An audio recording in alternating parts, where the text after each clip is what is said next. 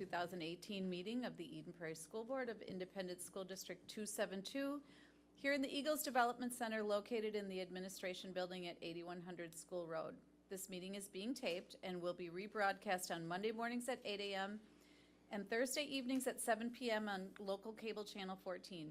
Videos of previous meetings as well as agendas, meeting materials, and minutes are posted on the District School Board webpage.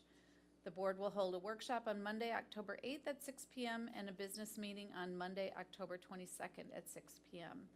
The board's official meeting schedule and work calendar can be found on our webpage and is posted on our official bulletin board here in the Administrative Services Building. With that, having called the meeting to order, I will call for a roll call, please. Brenda. Thank you, Madam Chair. Lauren Crandall. Here. Dave Espy. Here. Elaine Larrabee. Here. Greg Lehman. Holly Link. Here. Adam Seidel. Here. Terry Swadarp. Here. Madam Chair, all board members are present with the Thank exception of Greg Lehman. Thank you. We'll have the Pledge of Allegiance. I pledge allegiance to the flag of the United States of America and to the republic for which it stands, one nation, under God, indivisible, with liberty and justice for all.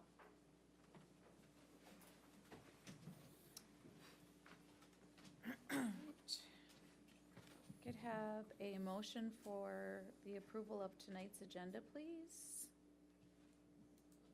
So moved. Second. All right, any discussion? All those in favor? Aye. Aye. Opposed? All right. Then we need a motion for the approval of the previous minutes, and those would be from the August 27th regular business meeting. So moved. Second. All right, any discussion on those? All those in favor? Aye. Opposed? All right, on to public comment. Do we have any public comment? None? Thanks. All right, announcements.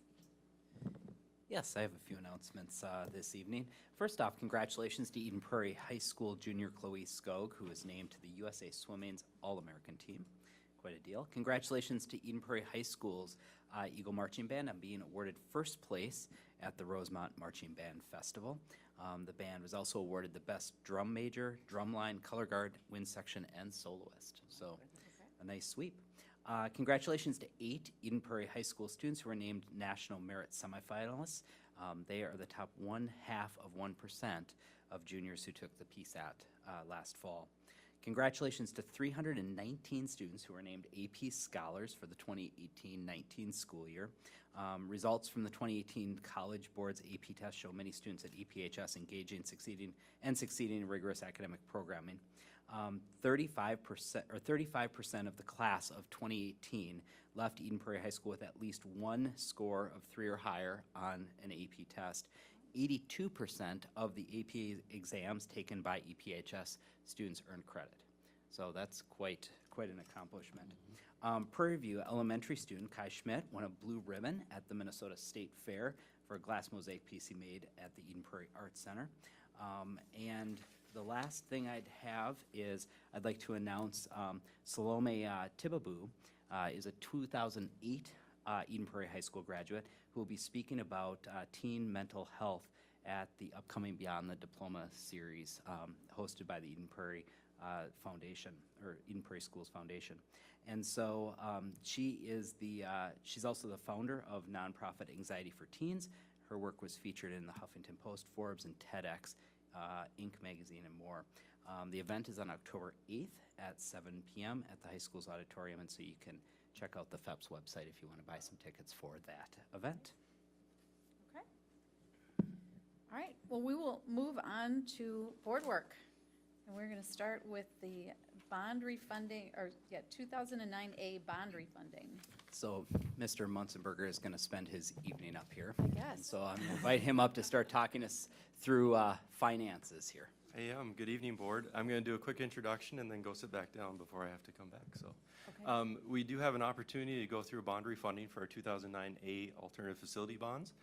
This is a great opportunity to save our taxpayers some money.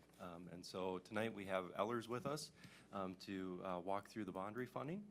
There's also a resolution we're calling for at the end of the presentation. So tonight we have Jody Zesba and Barbie Doyle with Ellers here to present the information. Excellent. Thank you. Thank you. Thanks, Jason, and good evening again. So refunding bonds are kind of similar to refinancing a home mortgage. You don't get to keep the money here for your budget, but you do have to provide that savings on as a reduction in taxes, which is great for the taxpayers. So we did provide you with a pre-sale report related to the refunding, and I'll just highlight a few pieces of information that are included in the report tonight. So on the first page, you'll see that we are, excuse me, we are planning to refinance the 2009A bond issue, and the existing bonds have interest rates of 5%, so each maturity for a municipal bond does have a separate interest rate associated with it. The callable portion of your bonds each happen to have a 5% interest rate associated with each of those years. We are assuming that we could achieve interest rates of 1.9 to 2.1%, so a substantial reduction in the interest rates and then the associated interest costs with those payments. So we're estimating almost $500,000 in savings over that period of time, and we will go into a couple more of the details in the financial schedules that are attached. It's important to know that we're not doing anything different with the term. So on the term and call feature, that term is matching exactly with the term that you're already committed to on those bonds, so not making any changes with respect to that. And then at the bottom of the page, you'll see that the resolution that is before you tonight for your consideration does include some information about the State Credit Enhancement Program. That's a program that our state offers free of charge to all of the school districts. There's not a cost to participate in it, but then you automatically get assigned a rating that is at one notch below the state level. So if you look at the second page then, you'll see that your current bond rating is at the same level as the state credit enhanced rating, but it's nice for the investors to see that you have both of those high ratings outstanding, and it's helpful to you in attracting more bids and getting lower interest rates. So we always recommend that you include that language in your resolution whenever you're moving forward with bond sales because of the help that it provides to you and the additional assurance that it gives to investors. You'll see that in the method of sale and placement on page 2 that we will move forward with competitive bids. We always think that's your best way to get the lowest rates possible in the market on the day of sale. And then something that's a little bit different, we've done some refinancings for you in the past or refundings, but this time we're actually expecting to earn some investment earnings on the proceeds in that account. So in the past, short-term interest rates have been really low, pretty negligible when you've closed on your new bonds. So between the time you close on your new bonds and when you need to call those bonds in February, we're estimating that you'll probably earn a little bit over $34,000 on those, on the investment of those proceeds. So that's a new twist that we haven't been able to really quantify much for you in the past, but helpful that short-term interest rates have come up a little bit. We do monitor your debt on a regular basis, and you'll see at the bottom of the page there that we've reviewed all of your other debt outstanding and don't have any other opportunities to move forward at this point in time. On page 3 then, I'll direct your attention to the bottom of that page. You'll see that we'll be working with other service providers in moving forward with the refinancing. So your bond attorney is Kennedy and Graven. The paying agent is Bond Trust Services. You're required to have a paying agent if you participate in the State Credit Enhancement Program, and that's the paying agent that you use on all of your other debt. And then Moody's Investor Service is the rating agency that you've worked with in the past too. So we plan to use those same service providers in moving forward with this transaction. Page 4 then shows the debt issuance schedule going forward. So tonight we consider this to be your pre-sale review meeting, and hopefully the board will approve the resolution moving forward with the refunding. We'll get an official statement ready for you. You'll see that when it goes out to underwriters and investors. We will have a conference then with the rating agency, and Jason will participate in that. And then at your October board meeting that morning, we'll have bids due for the refunding bonds, and we'll present the results to you that night. We're planning to close on November 15th, and then you will have that money to invest for the period of time until you call your 2009A bonds, and then those bonds will be paid off and no longer be outstanding. The financial schedules that are attached to the pre-sale report then start on page 5. So you'll see the sources and uses, the par amount of the bonds, what we anticipate the underwriter's discount might be. That's kind of like points on a mortgage. The cost of issuance, which include our fee, the bond attorney fee, rating agency fee, paying agents, all kind of the same types of things that you would see in a home mortgage with closing costs. The deposit to the refunding account, then that amount in addition to the interest we expect you to earn will be enough to call the bonds that you have outstanding. And then a rounding amount because bonds are issued in $5,000 increments. So we always want to make sure we have a small little rounding amount there. On page 6, this is your existing debt schedule. So again, 3 maturities that are callable, and each of those maturities have a 5% interest rate associated with them.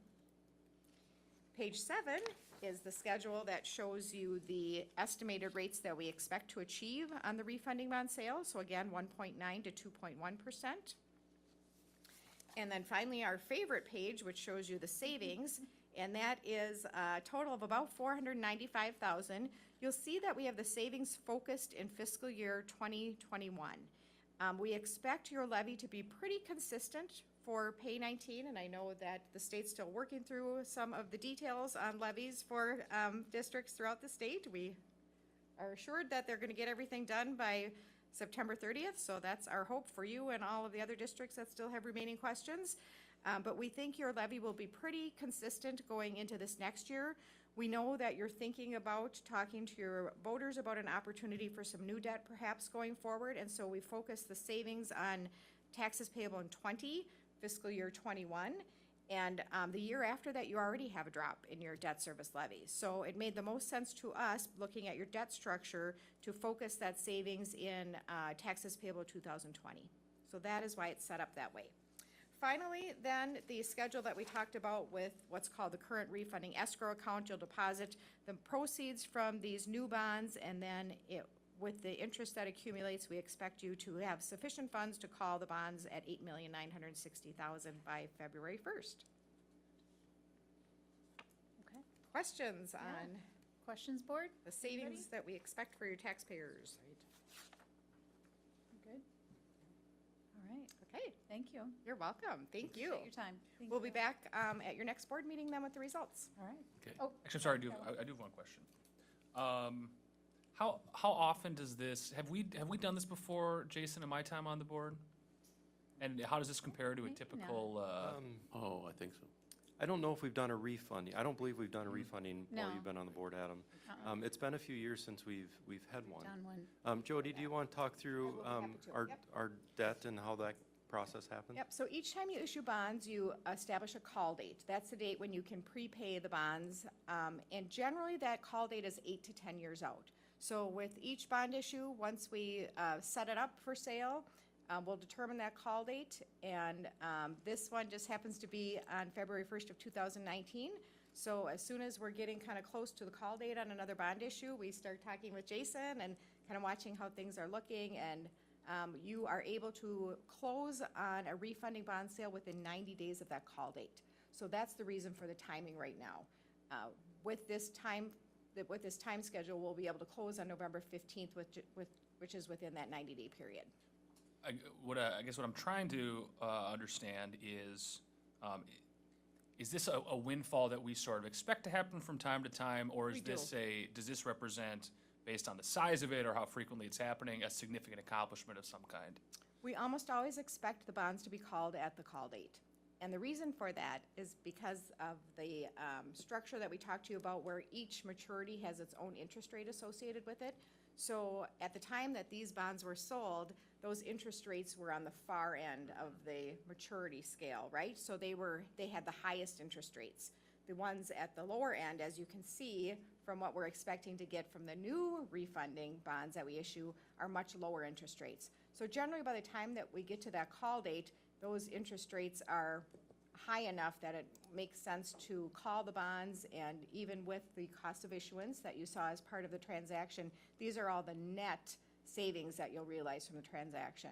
So it's almost always the case that we will call and prepay those bonds at the call date. And I think in the past, if I remember correctly, we put together a summary that was helpful for your community to see what refunding transactions you've done over the last 5 to 10 years, whatever time frame makes the most sense, and you can see how much savings you've captured for your taxpayers over that period of time. So that's kind of a nice, helpful little summary. Depending upon the size of the bond issue, the amount of savings would be greater or less, but in terms of this bond issue, we're hoping to achieve about $500,000 in savings. One thing I'd add is, as Jody alluded to, Ellers does send us reports periodically, a few times a year that we receive reports on where the status of all our debt is and if there's an opportunity to go through a refunding. Josh and I both receive those, and then we make a determination whether we can, and Ellers has a recommendation if we can take advantage of an opportunity. Jody, do you want to talk a little bit about the tax law changes and how that impacted refundings? Yes, so you are allowed to do a current refunding of your bonds when you're within that 90-day period of the call date. There was also an opportunity in the past to do advance refunding bonds. That, by federal law, was only allowed one time for each bond issue. So we have done some advance refunding bonds for you in the past. The tax law that was passed by the federal government at the end of 2017 eliminated your ability to do any advance refundings. They're talking about maybe bringing that back at some point in time, but currently it's not allowed. So you'll see some, we can update the summary for you, and you'll see that we have done some advance refundings for you in the past. We were very careful about when we took advantage of the time to play that one advance refunding card, because you did just have one opportunity to go forward with advance refundings. But you will see some of those, I'm sure, on your summary, where it showed that we took advantage of the one opportunity to do an advance refunding and move forward with calling the bonds at a time period that was more than 90 days before that call date. So that is a change. So we haven't been talking with you about any advance refunding opportunities. You can do an advance refunding opportunity as a taxable bond issue, but generally tax exempt rates are so much more attractive that it doesn't make sense to move forward with a taxable advance refunding. Those are still allowed, but generally doesn't make sense. The interest that we have, the $34,000, does that get reinvested or does that go someplace else? What happens to that money? That will be used to call these bonds then. Okay, got it. Calculated that in, so we're issuing less bonds because we know that you'll have some earnings, and that will be available to you to call the bonds also. Okay, excellent. Thank Yep. you. We good? All right, you have a resolution to read.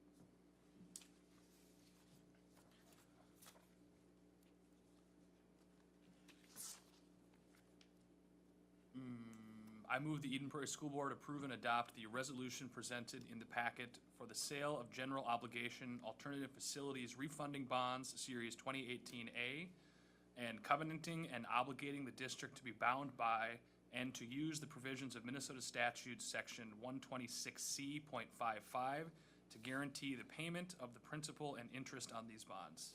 Okay, we need a second. Second? All right, any discussion? All right, then we have a roll call vote.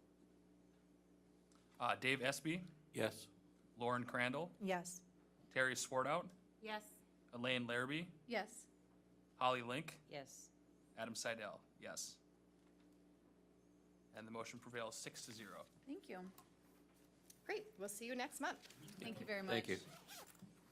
All right, so we are moving on to, under required board action, approval of the preliminary fiscal year 2019 tax levy. And Mr. Munsterberger is back up to talk back. about those numbers we're getting from the state here.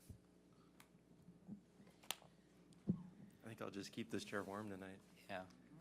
Board members, you may want to pull, there's two, The new ones. yep, two things that were added. Yes, we did provide two handouts for you. These are hot off the press. We received levy numbers that were finally solid numbers for us. We received them about 2 o'clock this afternoon. We've been working to put this together so that you have something to look at tonight. What we're looking for this evening is that crazy language that we talk about every year of we're asking the board to certify the maximum on our levy. That allows us to continue working with the Department of Education through September 30th to make any changes that are still needed on the levy document. And then we bring back actual numbers in December. On December 10th, this year is our Truth and Taxation hearing. And so those are the actual numbers. That's what you certify for the levy. That's the specific dollar amount, and that's what ends up on property tax statements. What you're doing tonight with certifying the maximum gives us kind of that target or that maximum amount that we could levy. We always levy under that through a couple of different areas. And then those create estimates for the property tax statements that get mailed in November. So we're going to walk through a little bit of the details here, and then we'll take a look at the numbers as we go. So this is for taxes payable in 2019. So some explanation on that. So for property tax owners, we make payments on a calendar year basis based on estimates from each jurisdiction, what they come out with what we come out with, along with city, county, and watershed districts and the like, based on that calendar year amount. So this is for taxes payable in calendar year 2019. They impact our fiscal year 20 budget. So money that starts that budget cycle that starts July 1st, 2019 through June 30th, 2020. So a little bit of background here. So every owner of taxable property pays that property tax for various taxing jurisdictions. So county, city, township, school district, watershed, and so forth. Each jurisdiction sets its own levy, and they're often based on limits in state law. The county will send out the bills. They will collect the taxes from each homeowner and then distribute the funds back to us in that fiscal year that we levy for. The calendar of events this year has been interesting a little bit with how reports have come from the state. We start the levy process in the summer by entering some of our transportation numbers and different estimates that we provide to the state, including enrollment numbers.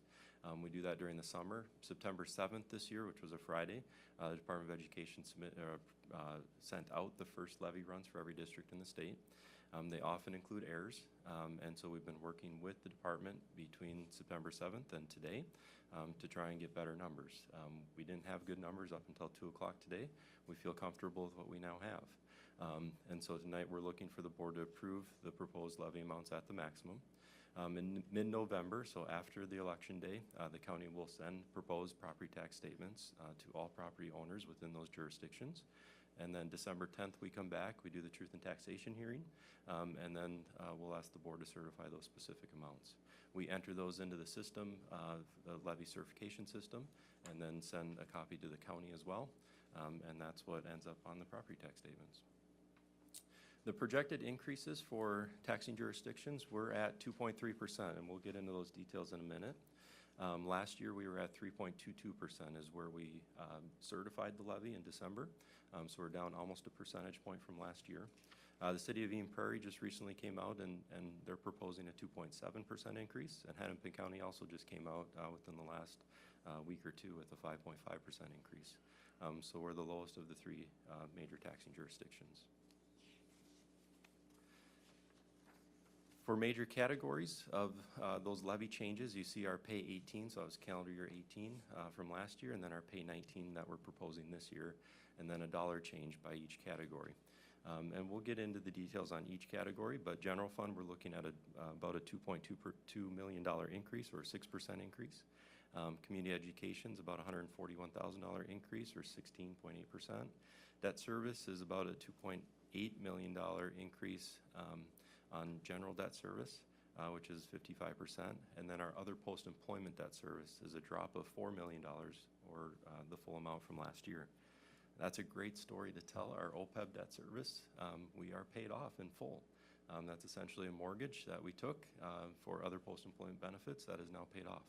We issued debt in 2009 for $15 million and have made the final payment. So it comes off of our tax levy, which is a great opportunity for us. And that's one of those debt mortgages type of thing that Jody, while she was up here, mentioned falls off the levy and that cycle that we have. I always like to present our aid projections just to give you a picture of what our total revenue will look like in the district. And so while we're looking for approval on our levy tonight, here's an estimate of our state aid. From a general fund standpoint, it's a slight increase of $600,000 or 0.77%, and that's based on our projected enrollment numbers as of a few months ago. And so as we'll talk about later tonight, those are stronger than what our original projections were, so our aid will be higher in the end. That does not impact a property tax owner. It impacts the money that the state provides us directly, and so we'll have a stronger financial impact than the $600,000 that you see there. Community education is up about $3,300 or 1%. So in total, we're about $79 million for state aid that comes through the district. So back to levy. So I'm going to show you a few of the major categories. You have a spreadsheet with all of the specific line items. I shouldn't say all of the line items. This is a summarized version to get you 55 line items. The actual document is 40 pages double-sided with very intricate calculations. So Elaine, you might enjoy that. And I'd be say, happy bring to it share on. that one as well. Yeah. So we try and summarize it. I'm going to walk through some of the major changes here so you get a flavor of what's causing that 2.3% increase. So the first one is just with operating referendum and our local optional revenue. We're up about $630,000. We know that the referendum includes an inflationary adjustment. This year it's 2.24%. That's a number that's calculated by the state of Minnesota, that they use the consumer price index as a factor to calculate that inflation increase. So that's automatically built into our referendum, and so we know we're always going to see an increase in that category. It's also based on some adjusted pupil units. Those are based on estimates. We have updated the estimates in the levy, so they more accurately reflect what we're seeing with enrollment. So we feel like that's a pretty solid number right there. Equity revenue, you know, we've talked about this each year for the last 4 or 5 years. Equity has 3 different categories in it in order to qualify for this type of funding. It's intended to reduce that per pupil disparity between the highest and the lowest revenue districts. And so it's an equalization type of factor. It has an inverse relationship to operating referendum. So our operating referendum's fixed. As other districts increase their operating referendum, we fall down in the equity revenue category. There's a 95th percentile calculation that they use. So if we are not in that 95th percentile, we receive more equity revenue than the other districts. So as they increase their referendums, we get more in equity revenue. What's impacting us this year is a large adjustment that happened last year that brought our number up. So we are starting to fall, and we're seeing that happen, where a lot of districts in their operating referendum are starting to catch up to us and go past us. And we know we have a good, strong referendum to begin with, but we're starting to capture more money in equity. This is just an adjustment from the previous year that's impacting that comparison year over year. Long-term facility maintenance, we have a big increase here of $1.5 million. The LTFM money is used for deferred capital maintenance, also approved health and safety parts of the program, and then increased accessibility to school facilities. Last year we issued LTFM bonds. We increased that amount of the bonds that we issued to cover a 2-year period, and so we're seeing part of that increase reflected here. We know that in the debt service levy, and we'll get to this, that some of that debt that's falling off with the OPEB, we're able to offset that reduction and by bringing up the LTFM levy. What that does is we always try and keep our levy relatively consistent across the board. So as debt falls off, we try and structure that new debt, and we call it wrapping around existing debt, so that we keep a nice level payment stream over the years. We don't want to see one year where, all right, OPEB bonds are falling off, so we had a 15% drop in the tax levy, and then next year a 5% increase in the levy. We don't want to do that to property tax owners. We want to try and keep it nice and level as we go forward. So we intentionally structure that debt. Ellers works with us to do that, and so we see a large increase here. What this has allowed us to do is issue the LTFM bonds and offer some as pay-as-you-go. That's a terminology that's used as essentially we want to pay for some of the deferred maintenance with cash as we go instead of issuing debt. It saves us some interest, saves the taxpayers some interest costs, and allows us just to pay for it right up front. We'd like to do that with everything that we issue, or all projects that we do. Obviously, that's not possible in our current environment, but so we're trying to increase that pay-as-you-go over time, but we also want to be intentional about where the total levy is and try and structure that intentionally so it's relatively consistent. Capital projects levy, or our technology levy, this was a referendum that was passed in 2013 that provides technology devices and staff for the district, staff and student devices. It is a general operating expense, and it's calculated not based on the number of kids that we serve, but based on anticipated net tax capacity, which is basically a calculation of the property that we have in the district and the assessed value versus a sales price as part of the calculation, and they get to what that next net tax capacity is within the city. That value changes over time. Each year we get a different number. You can see the recession and the impact that had on the chart here. We've been coming back up, and we're at a really strong level now. This generates about just shy of $7 million for the tech levy, which is a great amount of money for us to be able to provide the devices and support for the technology side. In community education, we have an increase of $150,000. That's largely due to school-age care. A district that offers a school-age care program is eligible for revenue for additional costs of providing services to children with disabilities. The reason for the increase is with our change from the YMCA providing that school-age care program to now Eagle Zone. It allows us to claim those incurred expenses that we actually have. And so this is being bumped up this year. It's a levy that we can set ahead of time, and then we get reimbursed for the expenses that we actually incur. And we feel that we are going to have some significant increases in those line items. The Y was not claiming all of that revenue for us. So we have an opportunity to pick up some revenue in the Community Education Fund. So that's the increase for this year in Community Ed. Debt service, in total, so those OPEB bonds are falling off, but in total, we have a $1.2 million decrease in our debt service fund. Again, that's largely due to those OPEB bonds coming off the books. This feels great to have that $15 million paid off. That was cool, and we actually wrote that check and sent that out the door. We were pretty excited about that. So the overall for the levy changes, we break that into two categories. One is voter approved and one is other. Those are the two categories you see on your property tax statement. So voter approved is seeing an increase of 2.96% or $712,000.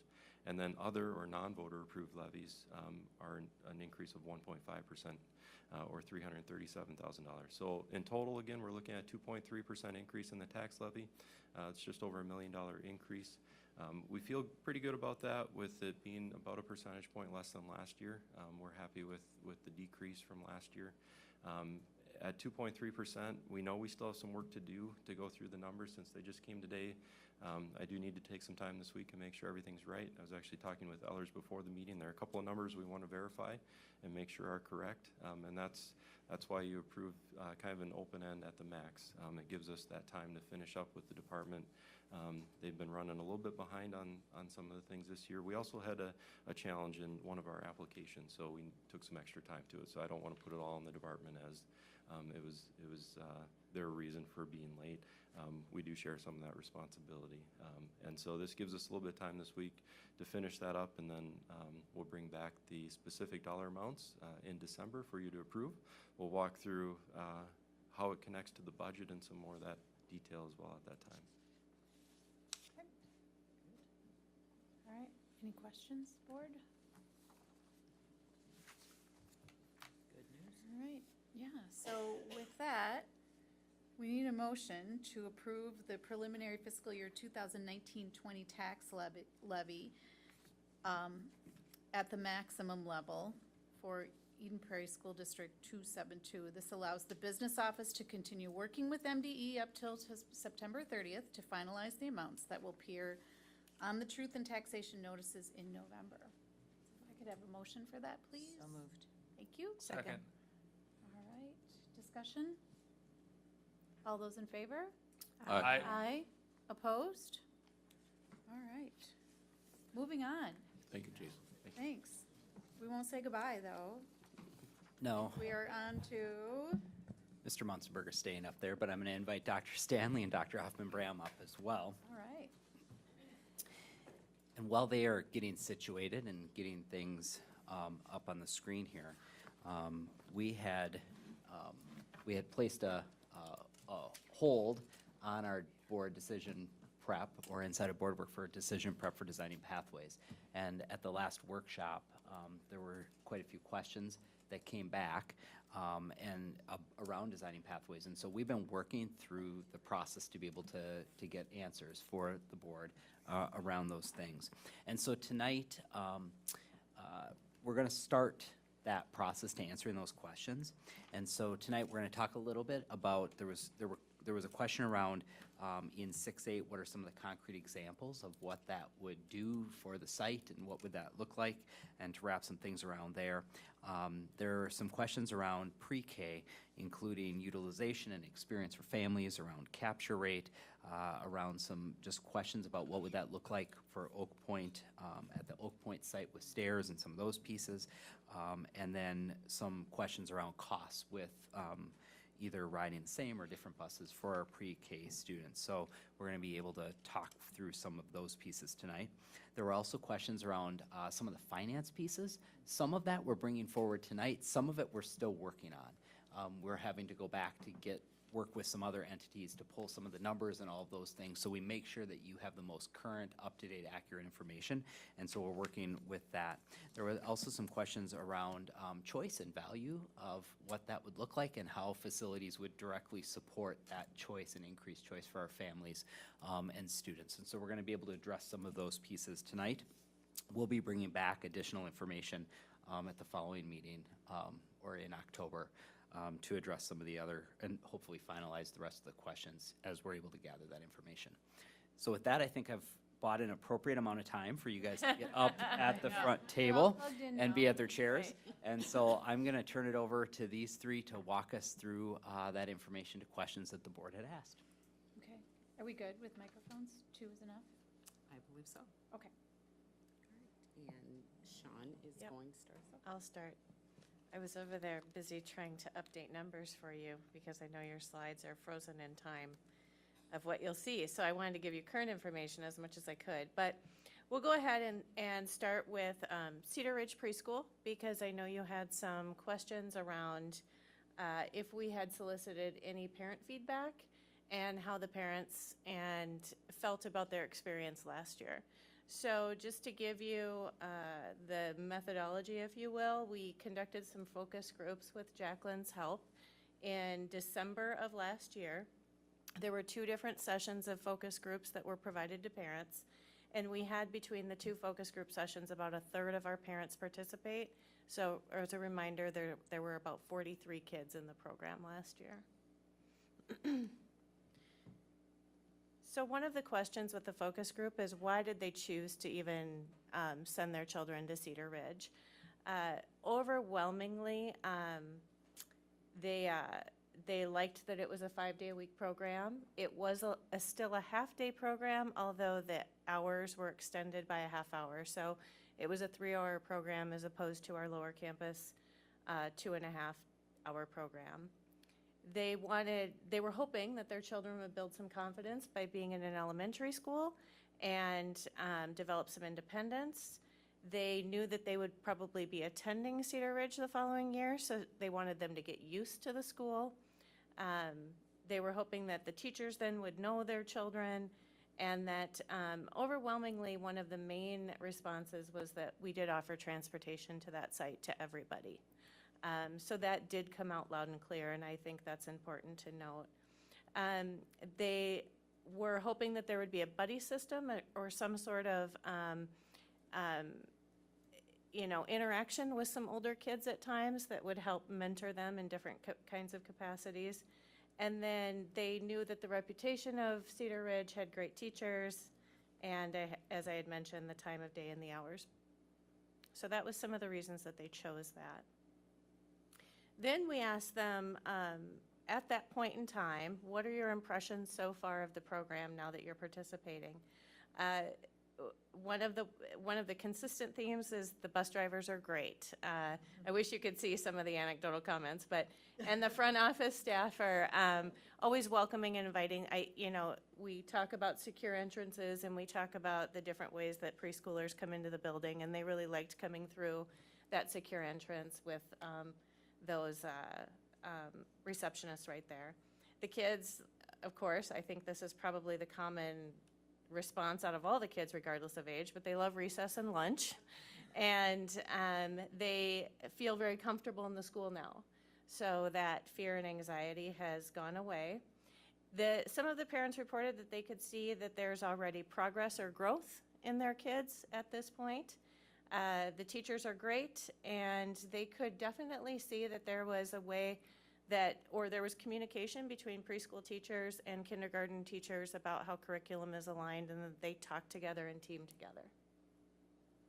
Any questions on that so far? Okay. So basically, here's some data for you around Cedar Ridge Preschool. 43 students attended. We did have 11, so this is taking those 43 and now looking at the picture this fall. We had 11 attend Cedar Ridge.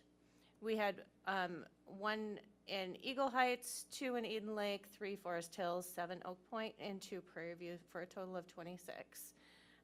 We did have 5 that moved out of the district and 1 that chose to attend Eagle Ridge. And 1 isn't accounted for if you're doing your math, but we still haven't located that person. 11, yes, and there's 1 that we haven't figured out yet. So that just gives you some idea. We did go through and we actually called all the 17 just to kind of validate what had happened to them and where they went. And there were some other comments regarding facilities and are the elementary schools equipped or suitable for kids that are 4 years old or the size of a 4-year-old. And so a couple things that I think is important to note is that the pictures that we have here are actual pictures of our 4-year-old program at Cedar Ridge. So even in the slide before, you could see the kids sitting at the lunchroom tables, which are normal lunchroom tables that all the kids use at Cedar Ridge. They're on the playground equipment. We made no adaptations really to any of the facilities at Cedar Ridge, and we hadn't heard from any of the parents that that was a concern. And then we also wanted you to remember that all of you were able to pretty much observe EPIC over the summer. We have that at Oak Point, and that is starting at age 4. So we have a fair amount of 4-year-olds that do, work their way through Oak Point and do so pretty well. It's just a little slower for some of them, but we haven't made any adaptations there either for that.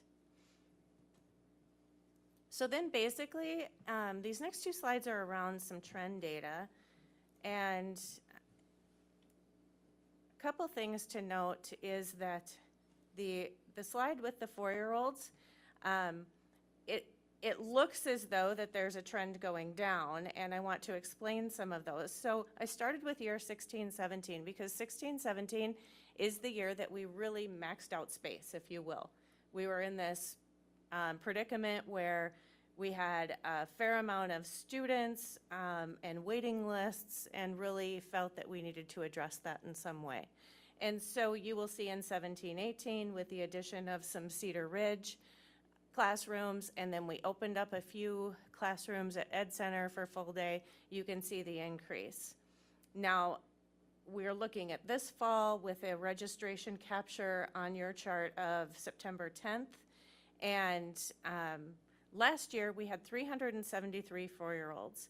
And to give you just a little bit more information on that, we're currently serving about 56% of the incoming kindergarten class.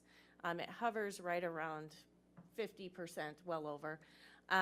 We would like to serve more. We capture about 77% of those. And the Cedar Ridge previous slide is probably a good representation of the overall capture rate in terms of where kids go and how they're split out. So just to give you a reference point. So the chart now for this fall shows that we have 325 4-year-olds, and right now I quickly looked at our registration system. We're up to about 330. We have spots open and we do have a waiting list. How we do registration with preschool is that we do have to hold a certain amount of spots for a while for any of our kiddos that might be early assessed for special education. And then we also have to work out, as the sections start to fill and we see what spots are available, how the bus system works with kids that are on that route and what the bus capacity is for some of those kids. So the process starts to slow as the classes fill, so we can be sure to accommodate kids in classes with transportation and all their needs.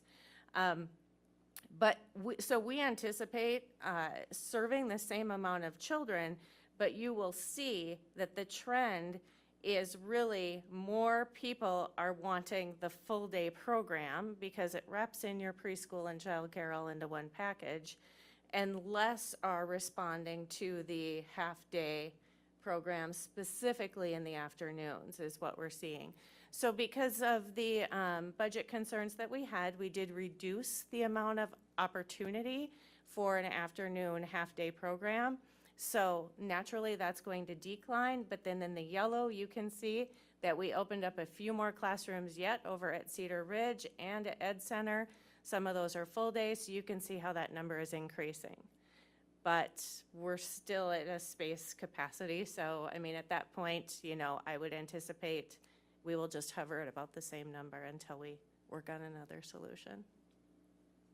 So 3-year-olds, I know that's probably not significant as much in this presentation, but it gives you similar data in terms of starting with 16, 17. We had last year 266 total 3-year-olds that we served. Current to date, you will see about 247 of those. I just looked and we are up to 263. So we are within 3 kids of the same amount from last year. We have 31 spots left so far that are out there, and you can see the same trend again with the full-day increase. Okay. We heard some questions from the board around preschool transportation. So that's the next slide here that we are recommending. Yeah, sorry, Dave? Are we going to take different breaks for questions or Yes, so when we get to the end of the preschool. end of all Yep. preschool? Yep, so when we get to the end of the preschool piece, I'll offer up a chance to ask questions, and then we'll move on to the next section. So I'll prompt them. So we are recommending providing a dedicated bus to and from school for preschool students. We already had to purchase, in a sense, 8 buses for CMS, right? We've talked about how there's a need if we move 6th grade over to the middle school, that we need to purchase buses for CMS. The buses would then be available for preschool, so we could utilize them to move those preschool students. So it'd be a very minimal cost at that point to transport and offer transportation to all preschoolers. We would need to outfit some buses with seat belts. Currently, the 4-year-olds are in seatbelt restraints, and so we would want to continue that as well, and we would need to outfit some more buses. It would be about $75,000 to retrofit a number of existing buses so that we had enough capacity available. We would also incur some small ongoing costs for additional fuel and maintenance. So while the actual buses aren't costing us more to purchase, would be running many more midday routes. So as those kids are here for 2.5 or 3 hours, whatever that schedule would be, we would need to transport them home and then pick up the next group of kids. So we would have some ongoing maintenance and fuel costs in order to run that. About $60,000 is our ongoing estimate of a cost. The board had a question on what other ongoing costs are there for drivers. And so due to that grade reconfiguration of moving the 6th grade, we'd buy the 8 buses at about $800,000, and that would be built into the referendum, would be our proposal. And then we'd have about $675,000 of ongoing annual costs attached for the drivers and for an additional mechanic. We'll be talking a little bit more about the financial piece of that at the next board meeting. We also recommend providing a separate bell time and start time, or bell time or start time, for those preschool students. So we don't want them showing up to the school at the same time as K-5 students. We would want them at a separate time. And we heard that through the survey feedback with the input teams that we had back a year plus ago, that the parents would prefer that they have a separate maybe entrance or separate start time altogether. We're hearing from the Cedar Ridge group that they like the main entrance and that secure entrance, but we'd want them to show up at a separate time. It helps reduce that parent congestion at our sites. We know that bringing more buses onto the sites is going to be a problem in specific buildings. Oak Point comes to mind as one area that's very congested right now, and would be with those buses. And so bringing a separate bell time kind of frees that up a little bit and will help some of that traffic flow. We would, under this scenario, allow for more hand-to-hand connections from the bus. So once they get to the school, from that bus into classrooms. Currently at Cedar Ridge, the staff come out, greet those preschoolers and then bring them back into the classroom. We would be able to do that if we had that separate bell time. And I think that's a great way to build some relationship with those students. It would require parents to walk their preschoolers to a bus stop. So currently we do house stops for preschool students. It's a very small population. If we're going to pick up a much larger group of preschool students, the large buses are not able to get into some of the cul-de-sacs in different areas. And so we would be looking at doing bus stops. Currently our kindergartners are at bus stops. We require the parents to be there and parents or guardians and do a handoff essentially to put them onto the bus. We would require the same protocol for preschool students. We would now have the ability to transport all preschool students since we have those buses from CMS just hanging around essentially. And so currently we only offer the transportation to the preschoolers who qualify under the program. And so this would open it up to a lot more kids, although we would not transport the full day preschool students, which is that 6 to 6 program, so parents drop off early so they can get off to work and then pick up late. We would not transport those full day students, but it would open up the transportation significantly under this plan. So we're going to pause after each of these sections. So we're at the end of preschool right now. We'll start elementary once we're done with questions. But if there are questions that board members have, we are certainly open to taking those now. Dave? Just a couple questions back on the capture rate back at the Cedar Ridge. One just clarification where we have a 5 moved out of districts. That the families physically moved out of Eden Prairie? Yes, Okay, or not just transferred to another school? no, Okay. they moved out. That's what I thought. So does this mean that we had no students there actually transferred to another public school Right, or any other private school, only to Eagle Ridge? yes. Okay, that's still a pretty high percentage to Eagle Ridge, so. And did any of those, would they have been in Cedar Ridge? Now, they experienced the school, did they Right. stay there, or did some of those people leave? They were all in a Forest Hills or Oak Point boundary, and there were 2 that wanted to stay if transportation were offered. Okay. Okay. That was one of the decision points that we had to make was because we had this programming there, we had families that wanted to stay. Yeah. And they talked a lot about if you could transport us, Yeah, we would stay. yeah, But we didn't want to start transporting outside of boundaries because it yeah. wasn't designed to do that. Yeah. So, Good questions, though. Is there, So then. to are follow- we raising our hands? And Yes, thank you. sorry. So to follow up. Yeah, with we that don't wanna then, sorry, start. thank you. So the 11 then who chose to do Eagle Ridge, I'm hearing that 2 was because of the transportation. The other one, did they give a reason as to why they went to Eagle Ridge rather than to Oak Point or? The majority of the respondents, when we asked them, first of all, if there was anything we could do to keep them here, there were things about their siblings were already at Eagle Ridge. There were some pretty obvious reasons why they would go. Their neighbors are going, so there's a transportation, carpooling, so, yeah. Okay. Okay. Terry? I was curious, some of the feedback was that parents could see how the curriculum was aligned. So I'm wondering, is there a greater opportunity for staff to work with kindergarten teachers Oh, and so forth? absolutely, absolutely. So when we started, when I came into Eden Prairie, immediately we started to align all of our preschool teachers with all the professional development days, all the PLC work that the district does together in how we approach both reading and math. So there is that scope and sequence, if you will, or that alignment of the objectives of what we would like to see along with social and emotional, and a fair amount of communication, and now data is shared between our program and the kindergarten program. I have 2 questions with regard to the capture rate. Did these numbers surprise you? Were they expected? Did you have any inkling of what that would be? Right. And then my second question was, is there some sort of effort to capture children when they're 3 and move up into being 4-year-olds? Is there a capture rate there that we should be aware of too? So My personal opinion is I see a huge advantage to our capture rate being impacted by being in the schools, even with a 3-year-old perhaps. So the demographics of the families that we served in Cedar Ridge last year were similar to when we looked back a few years at our entire preschool program and those families that chose another option.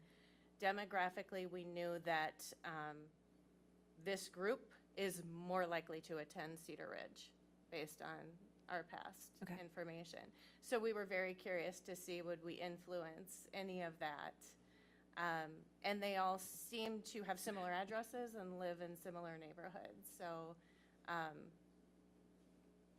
we do know that we have some work to do in terms of looking at how we communicate our objectives and our curriculum and how we show progress with kids if we're going to capture some of these families back into our program. Got it. And if I could just piggyback on that, that's part of our engagement work that we're doing as well. And so we're strategically building that in. You said that, we capture 70% of our 4-year-olds into kindergarten. Is that historic, or is that from this year when we have, I know we have the preliminary numbers, do we even know that number this year? Or like, can you be more specific about Sure. what that number is? What we do is we basically take what the entire kindergarten enrollment is, and we've been doing this for a few years, and it has changed by a percentage point or two. But we take the entire kindergarten, and there's tags in our student information system that tells us whether they attended our preschool program. And then we take that number and compare with our actual registration then of the year prior. And that's how we come up with our capture rate of who we served as opposed to ultimately who ended up registering. And the other thing for people to know is that we have placed a priority preference on people registering for our preschool program to be Eden Prairie students first.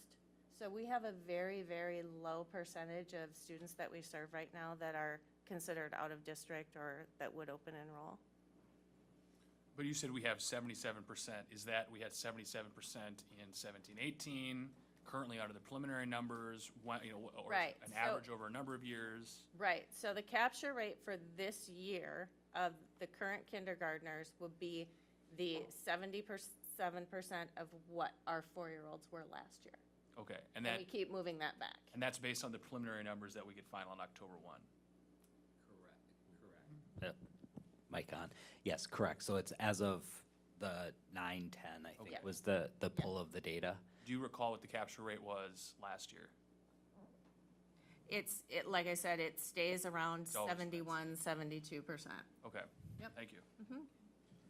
Anybody else have follow-up? Something new? All right.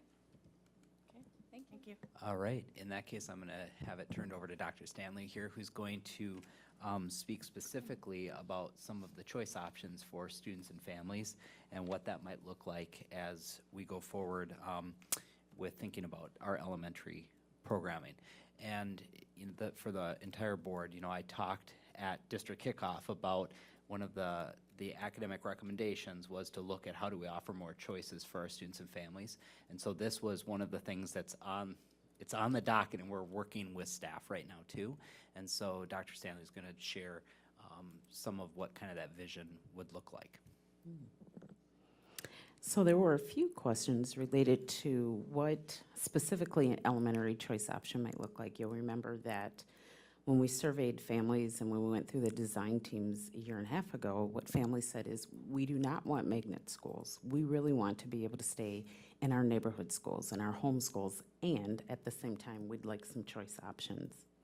And so as we begin to look at choice for students and families, we know that we really want to build on the excellence that we've been working on. So the work around 4 C's and that creativity, that collaboration, communication, that critical thinking, which we know is so important for our students and really helps to facilitate inspiration for our students to learn at high levels.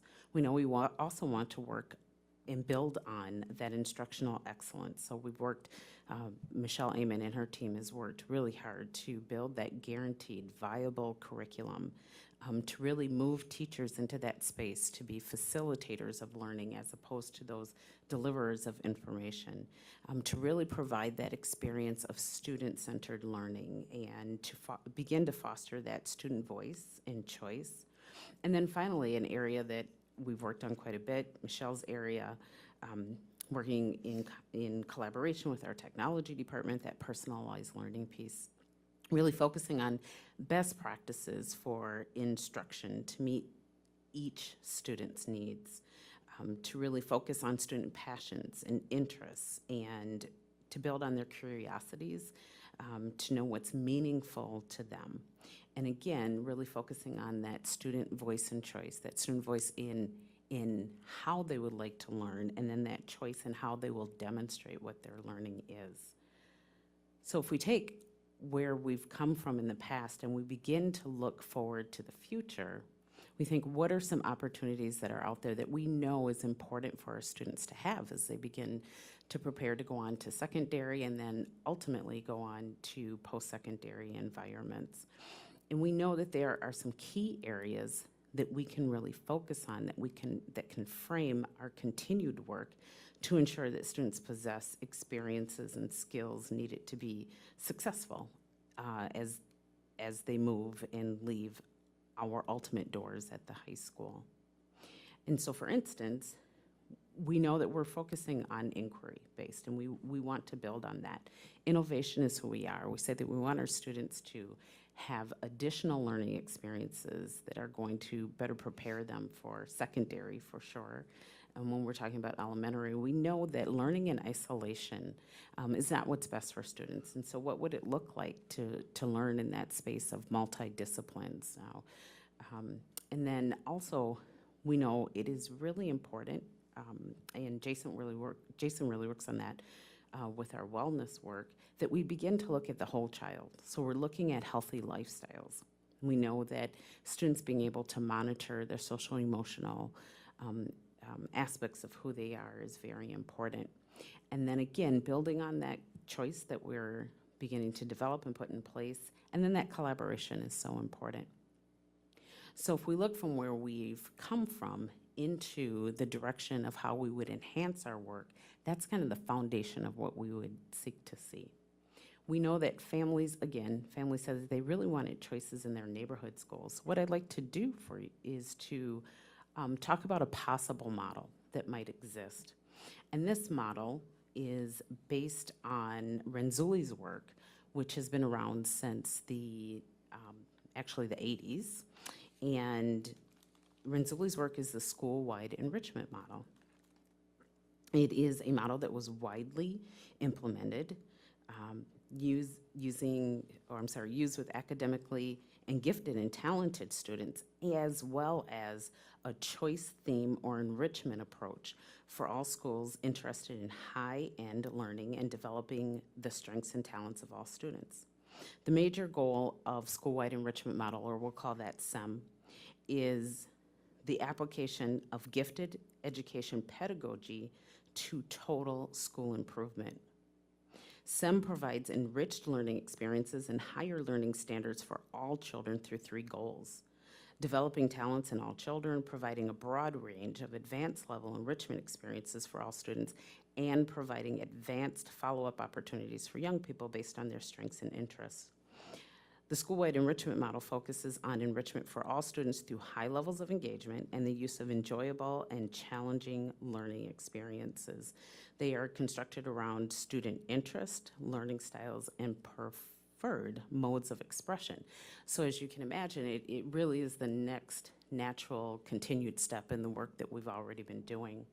So in the model that we have here, you'll notice that there will continue to be that connection between preschool, should we move our pre-K into our elementary schools, with the curriculum that's in place. So for pre-K through grade 1, we would focus on what the model calls as school-wide enrichment type 1 experiences. They're exploratory learning experiences where students can access many different topics It really helps to stimulate new interests with students that lead to what I'll talk about in a moment, those type 2 learning opportunities, such as robotics, coding, environmental science, and the arts. As students progress into grades 2nd and 3rd, they would move into those type 2 school-wide enrichment opportunities. This is that space where we would use an inventory to really get an idea of what those students' interests are. Students would have choice in learning that is inquiry-based and harnesses their creativity, problem-solving, and collaboration, and moving that more into that real-world context for learning outcomes. Again, building on where we've been and taking it to the next level. And then finally, when students move into grades 4 and 5, we would move into type 3 enrichment clusters. Those are very targeted learning experiences where students are working on project-based learning. They are working on student service learning opportunities that really begin to develop as 2nd and 3rd graders when they're starting to look at what is important to them, what's important to them in their neighborhoods, what's important to them in their families, what's important to them in their school communities. Really takes them to that next level in Bloom's taxonomy, where they have a high level of analytical synthesis and creation skills that they're developing, all preparing them for their work as they move into the middle school. Again, we really want to relate those to areas that we know research is telling us is really important, including whole child, including really being able to connect across disciplines.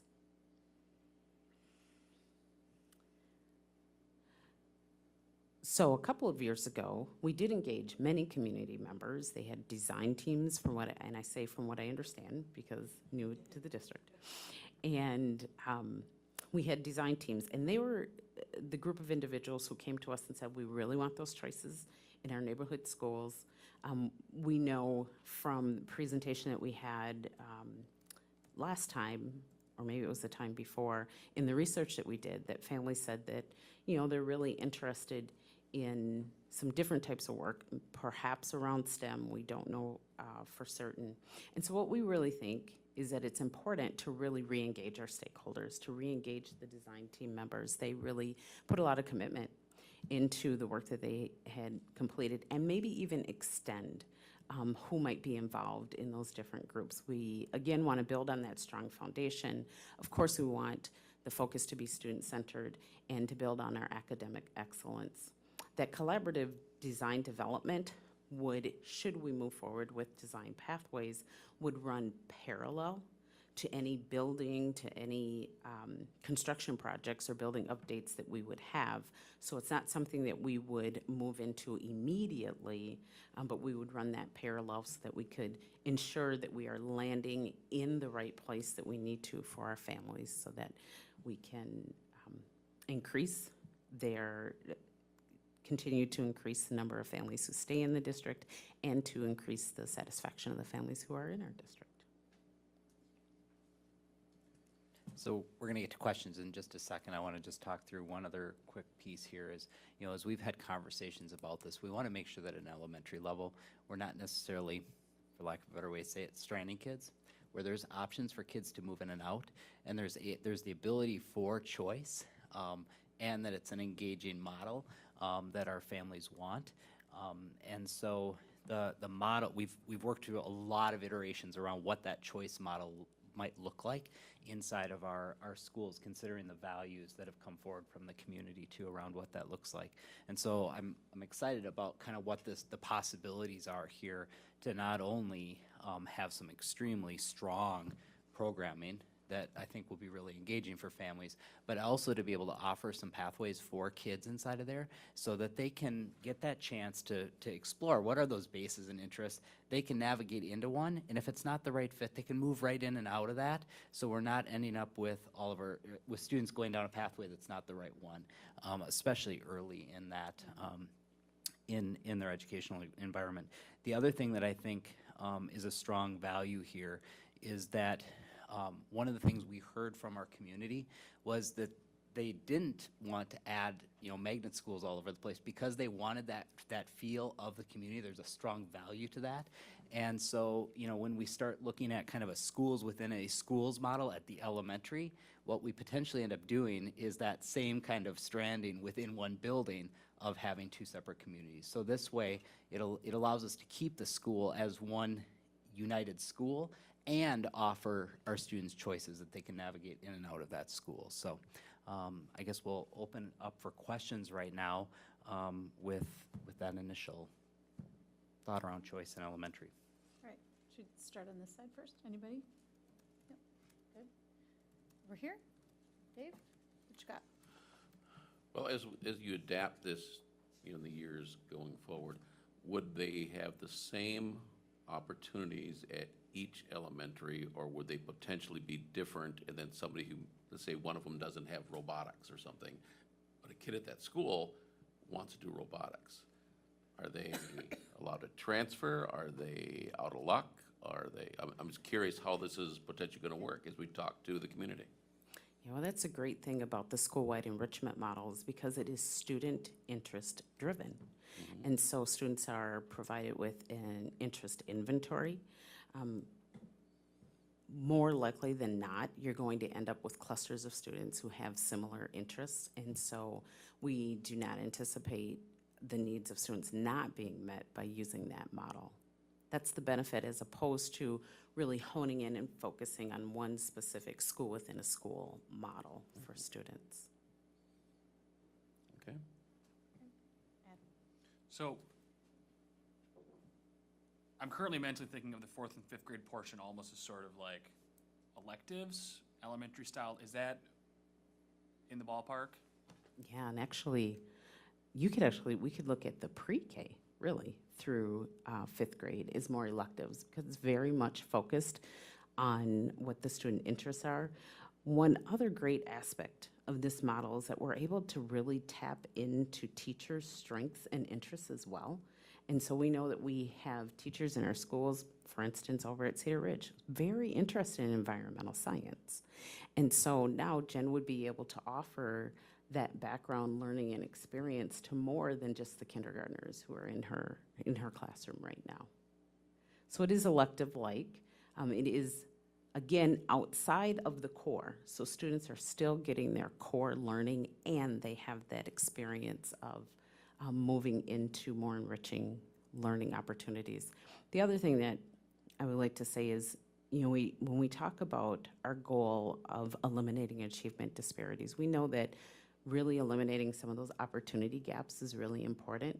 And with that school-wide enrichment model, we offer that opportunity to close some of those opportunity gaps as well. So I have a question. You sort of touched on it. So what occurs to me as you're talking that we might have to have some outside-the-box thinking when it comes to staffing.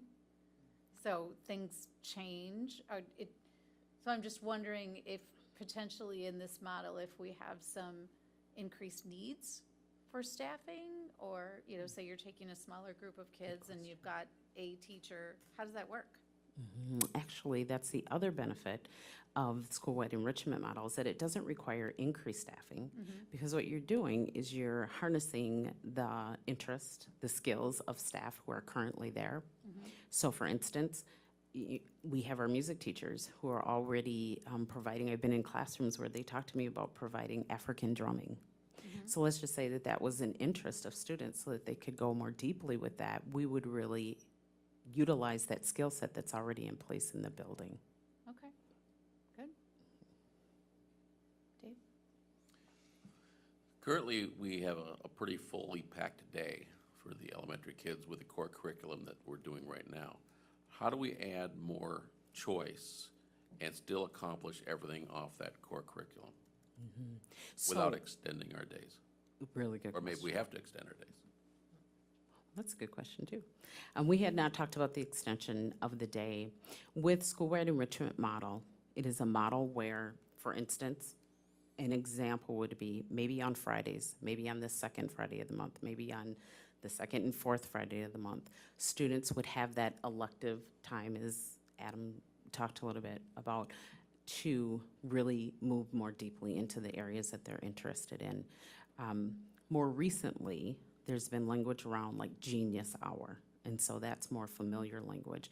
That really builds on the school-wide enrichment model, though, where students are able to come together in those interest groups weekly, bi-weekly, monthly. That's why it's so important to engage all of our stakeholders, whether it's our teachers, really get into that designed thinking mode, that human-centered design piece, and bring students in so that we can get a better idea of what would work for our community. As I understand it, can you hear me? As I understand it, the Genius Hour is really taking the basic learning and then applying it in a more specific way based on interest. And so rather than it being an addition to the day, it's really sort of an application of what they've been doing. Is that correct? Absolutely. Okay. I think what you find inside of that model too is a lot more interdisciplinary Yes. learning, where they're making connections across what am I doing inside of arts and science and mathematics, and how do those all piece together in an actual environment, which lends to that kind of spiraling or going deeper within curricular areas as well. Anybody else have anything? I have one more. More questions? Dave? Last one. Oh, what? As many as you want. Well, as we talked also about, you just mentioned about closing our gap, which has been, well documented. Would we use some of this time, instead of going maybe into what they want to do because they have an interest, would we be using that as a school district to have those students who are not, say, reading at grade level, would be directed into some additional time for that to close the gap? So school-wide enrichment model is not really focused around remedial work. It truly is focused around that enrichment experience and really taking those experiences to really help students make sense maybe of what isn't necessarily working for them at this point. So it really would stay down that track of enrichment as opposed to remediation. Okay, that's why I don't understand how we can do that, but we can't, but how are we gonna change the gap? I mean, it's been going on for a lot of years. I don't understand how we're going to do that under this model, so. Yeah, little some of help the down. work around 90 schools that came out, oh gosh, a good 15 years ago, demonstrated that when students were immersed in enrichment experiences that really for us aligns with the 4 C's, that it really helped to motivate them, help them to make connections, help them to make build background knowledge for the learning that they had in their classroom, and that honestly was one of the key components for 90 schools. 90 schools were schools that were 90% of the students qualified for free reduced price meals. 90% of the students in that case were students of color or minority students, and 90% of the students were meeting or exceeding state level standards. So that's what 90 schools are. And having that enrichment experience was found to be integral part of really building up that performance. Okay. Go ahead. How do you determine what you're going to offer in this? It sounds to me like almost a chicken and egg question based on what Elaine was asking. If you say, teachers, what are your experiences that you can share? And then you offer that to the students, or do the students come up with the ideas themselves, or is it sort of a mashup of the two? So the Renzulli program actually offers a framework where there are inventories for students and inventories for younger primary students as well as the older students. Certainly, we have to build on the skill set that our teachers bring to the table. And I can say from having served in an environment where we use the SUM program when I was an elementary teacher, as well as viewing schools locally that have that there really doesn't tend to be that separation.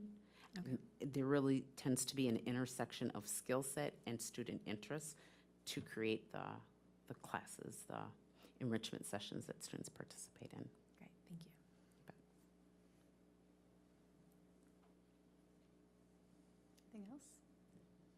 would say it sort of reminds me of some of the work that you've done with the EPIC program.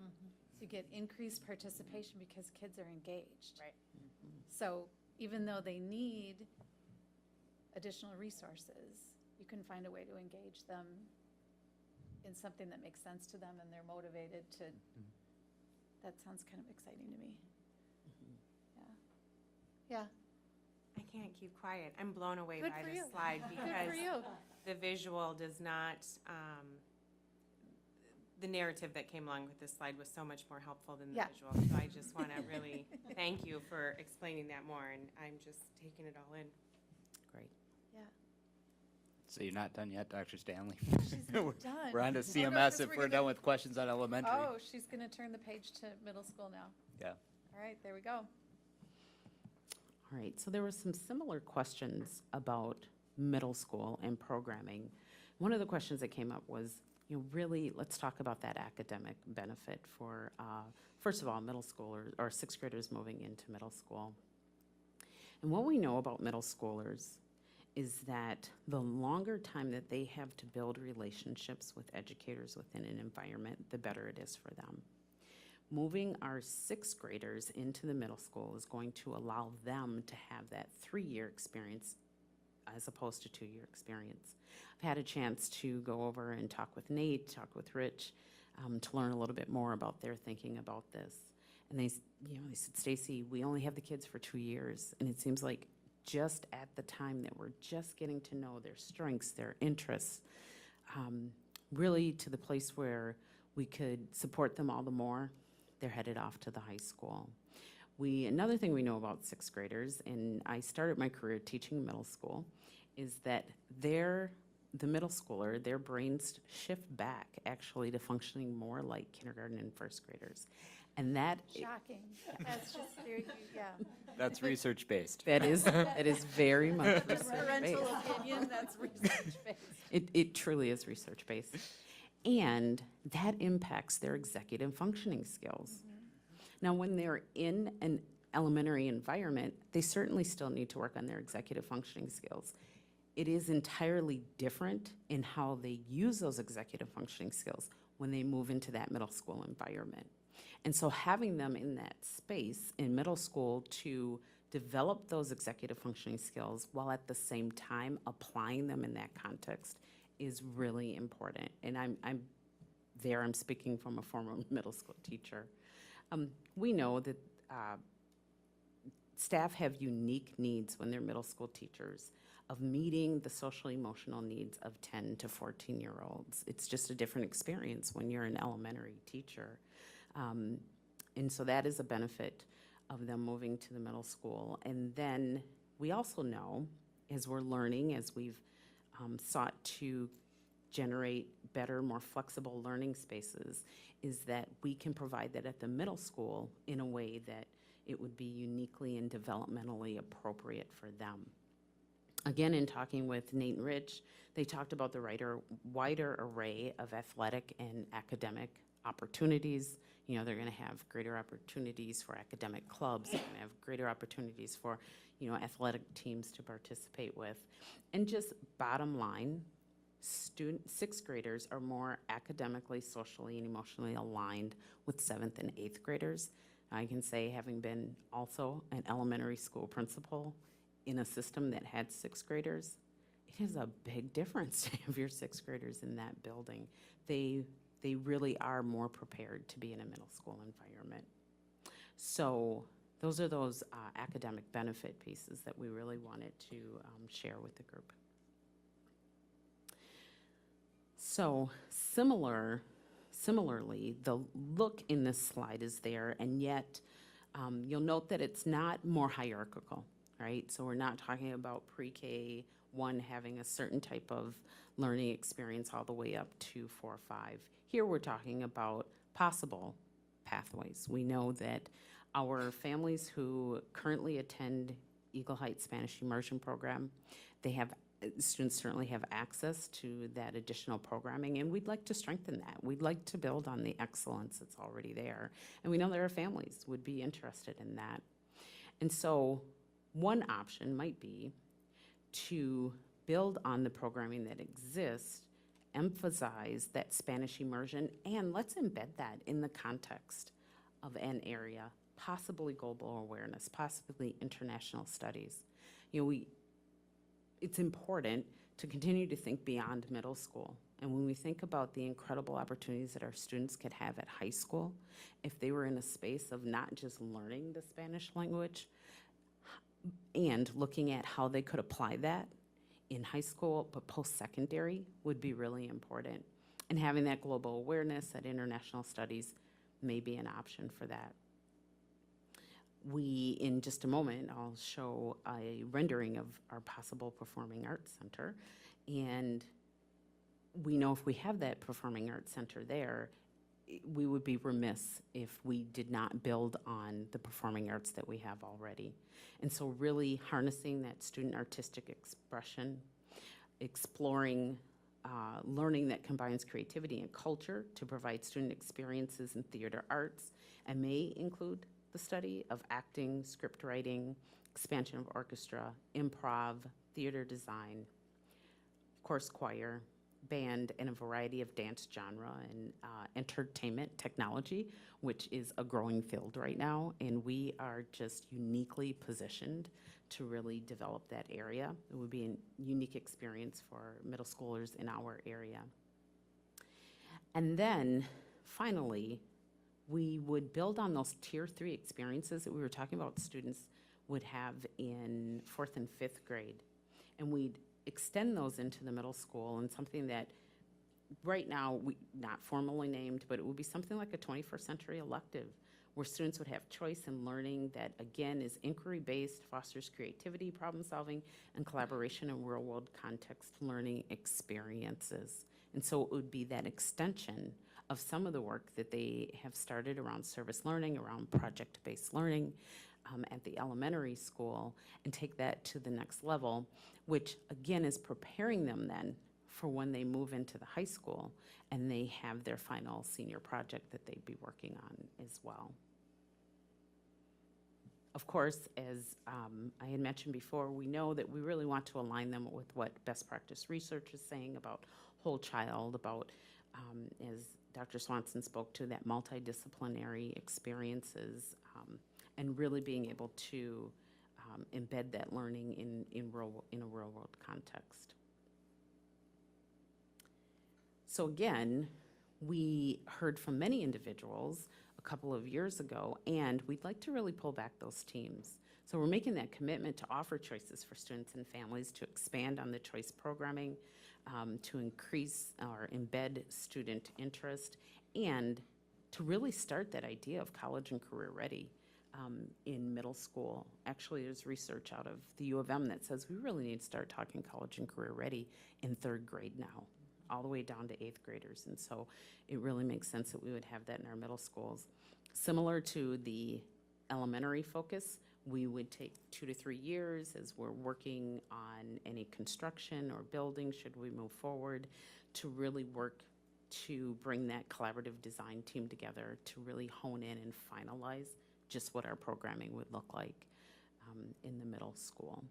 But this would be the work that would frame it. Now, I'm so glad he's going to talk about this, because I thought, He's I don't know excited about it, it's fine. Go ahead. I know he's ready to. I am, so fun Yeah. building updates, right? So here's one slide on what are some building updates that we would do.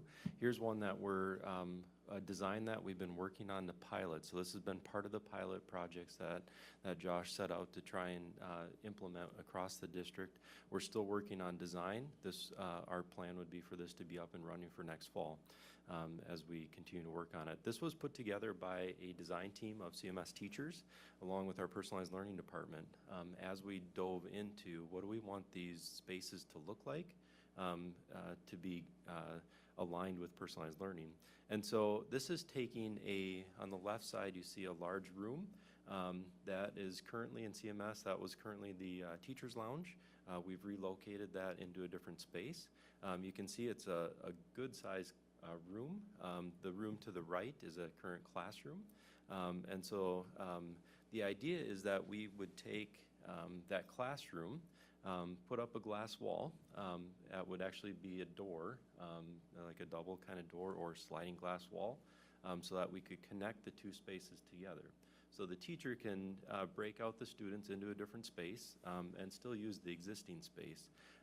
That new collaborative space, we're calling it a collab, would be multifunctional. So you see kind of a curved area that might be a performance space for kids. It might have a green screen for preparing some video. We'd have some different types of areas within the space. You see on the wall with the cabinetry, that might become a glass wall as well, where we open it up into more space. The idea is that we want to create these spaces that meet the needs of each student and their learning style and still be in a comfortable environment. So we're able to pull in those 4 C's into this space. You know, it's making space that's certainly conducive to inspiring creativity and critical thinking, helping to effectively build communication skills, and a comfortable area to naturally support collaboration. So you see lots of different areas in there. We'd have writable glass walls for brainstorming and discussion and collaboration. We'd have interactive technology that could be moved throughout the classroom and not just tethered to one single wall like it is in this room. And various seating options from standing desks to soft seating to beanbag chairs, couches, tables on wheels that can be moved. Lots of different options for them. This, again, is hopeful that this is open for fall of next year. If we were to build a new space, build a new middle school, we would build spaces like this into that environment. We'd probably break down all of the walls and then build the classrooms around it. So our idea here is to have one collaborative space that's large and then have, say, 4 or 5 or 6 classrooms that are around it that can all utilize that same space. So as we talk about designing pathways, how can we change that current middle school model that we have? We create more of this throughout the building in different areas. And that could be used for teams. It could be used under this a new type of program. It could be used in lots of different ways. And so we try and build in this collaborative space throughout the building. That's how we would bridge old and new, and it would blend a little bit better together. And I think just as we think about middle schoolers and the need for that team environment where there's some connections, it's an opportunity for us to make that space in a building that wasn't designed to do that, but for us to freshen it, to actually meet what those learning objectives are and needs of middle school students. So it could really strengthen that team, the team concept or a programmatic concept that we were running in that space. The other thing that I think it does is it gives us a lot of flexibility. So as things continue to evolve, we're designing space not for a singular purpose, but for the ability to be able to evolve as that need might evolve or programming might evolve.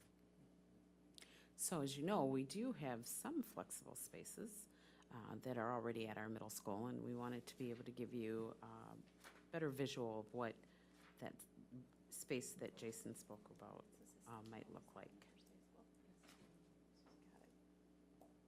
So again, these are our students, these are our current spaces.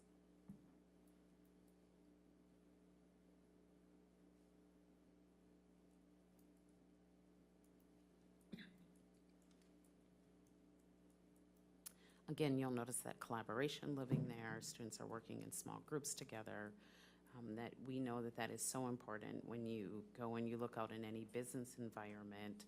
That is what businesses are looking for. They're looking for individuals, employees who are prepared to work with one another. Rarely do employees work in isolation anymore.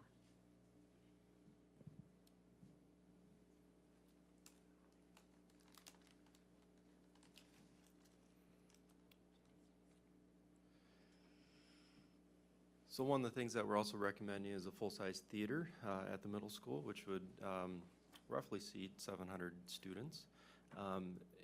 We certainly saw the overwhelmingly positive feedback on that community survey for a full theater instead of the remodel and reclaiming that existing space. This is an example from our current architect of a space he just designed. This is at New London Spicer School District. This is a high school theater that was just built. Our architect is DeVetter Design Group. His name's Michael DeVetter, owns the company. And he's got a wonderful creative mind. And so this is just an example of what that theater could look like at the middle school.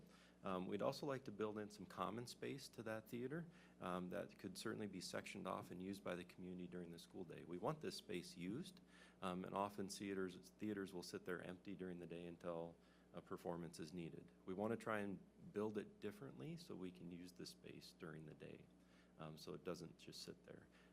And one of the ideas is how can we engage the community to rent the space, to use the space? What types of area do we need? How could we serve a breakfast out of there and do something different? How could we have a platform where we could have tables and chairs and not just a theater type of setting? So what other ways can we design this that still functions as a theater but gives us more flexibility?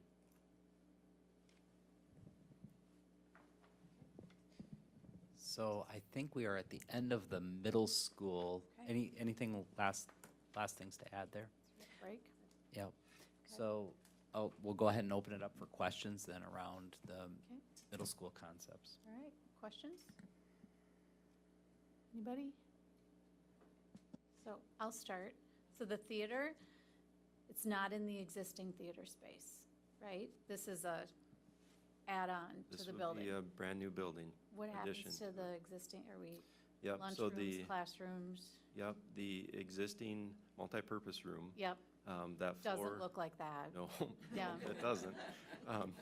It would be reconverted back into part of the cafeteria. Okay. We have a need for more cafeteria space in that plan to try and Yep. condense those lunch periods that are just Yeah, terrible. that's where I Um, was headed with right? that question, yeah. And we have a need to probably put on some additional space, and that was talked about and built into that plan as well. Okay. A small addition on that east side of the building, in addition to the multipurpose room, and that would expand our cafeteria large enough so that we could shrink those times down. The stage, dressing rooms, and some of the storage rooms in the back would probably all be blown out and rebuilt into the new performance space. Okay.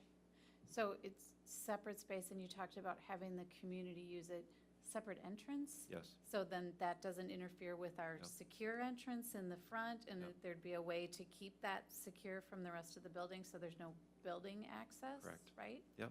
Okay. That's the idea. We'd want a fully secure theater area so that also on evenings or weekends when we have performances, we can lock down the rest of the building. Wandering around the Yep. building? Okay, excellent. You know, and the concept there is it becomes a great community space too. If we design that entrance and the space Yeah. properly, it could be used for all kinds of other groups Yep. that need that space to convene. Parking?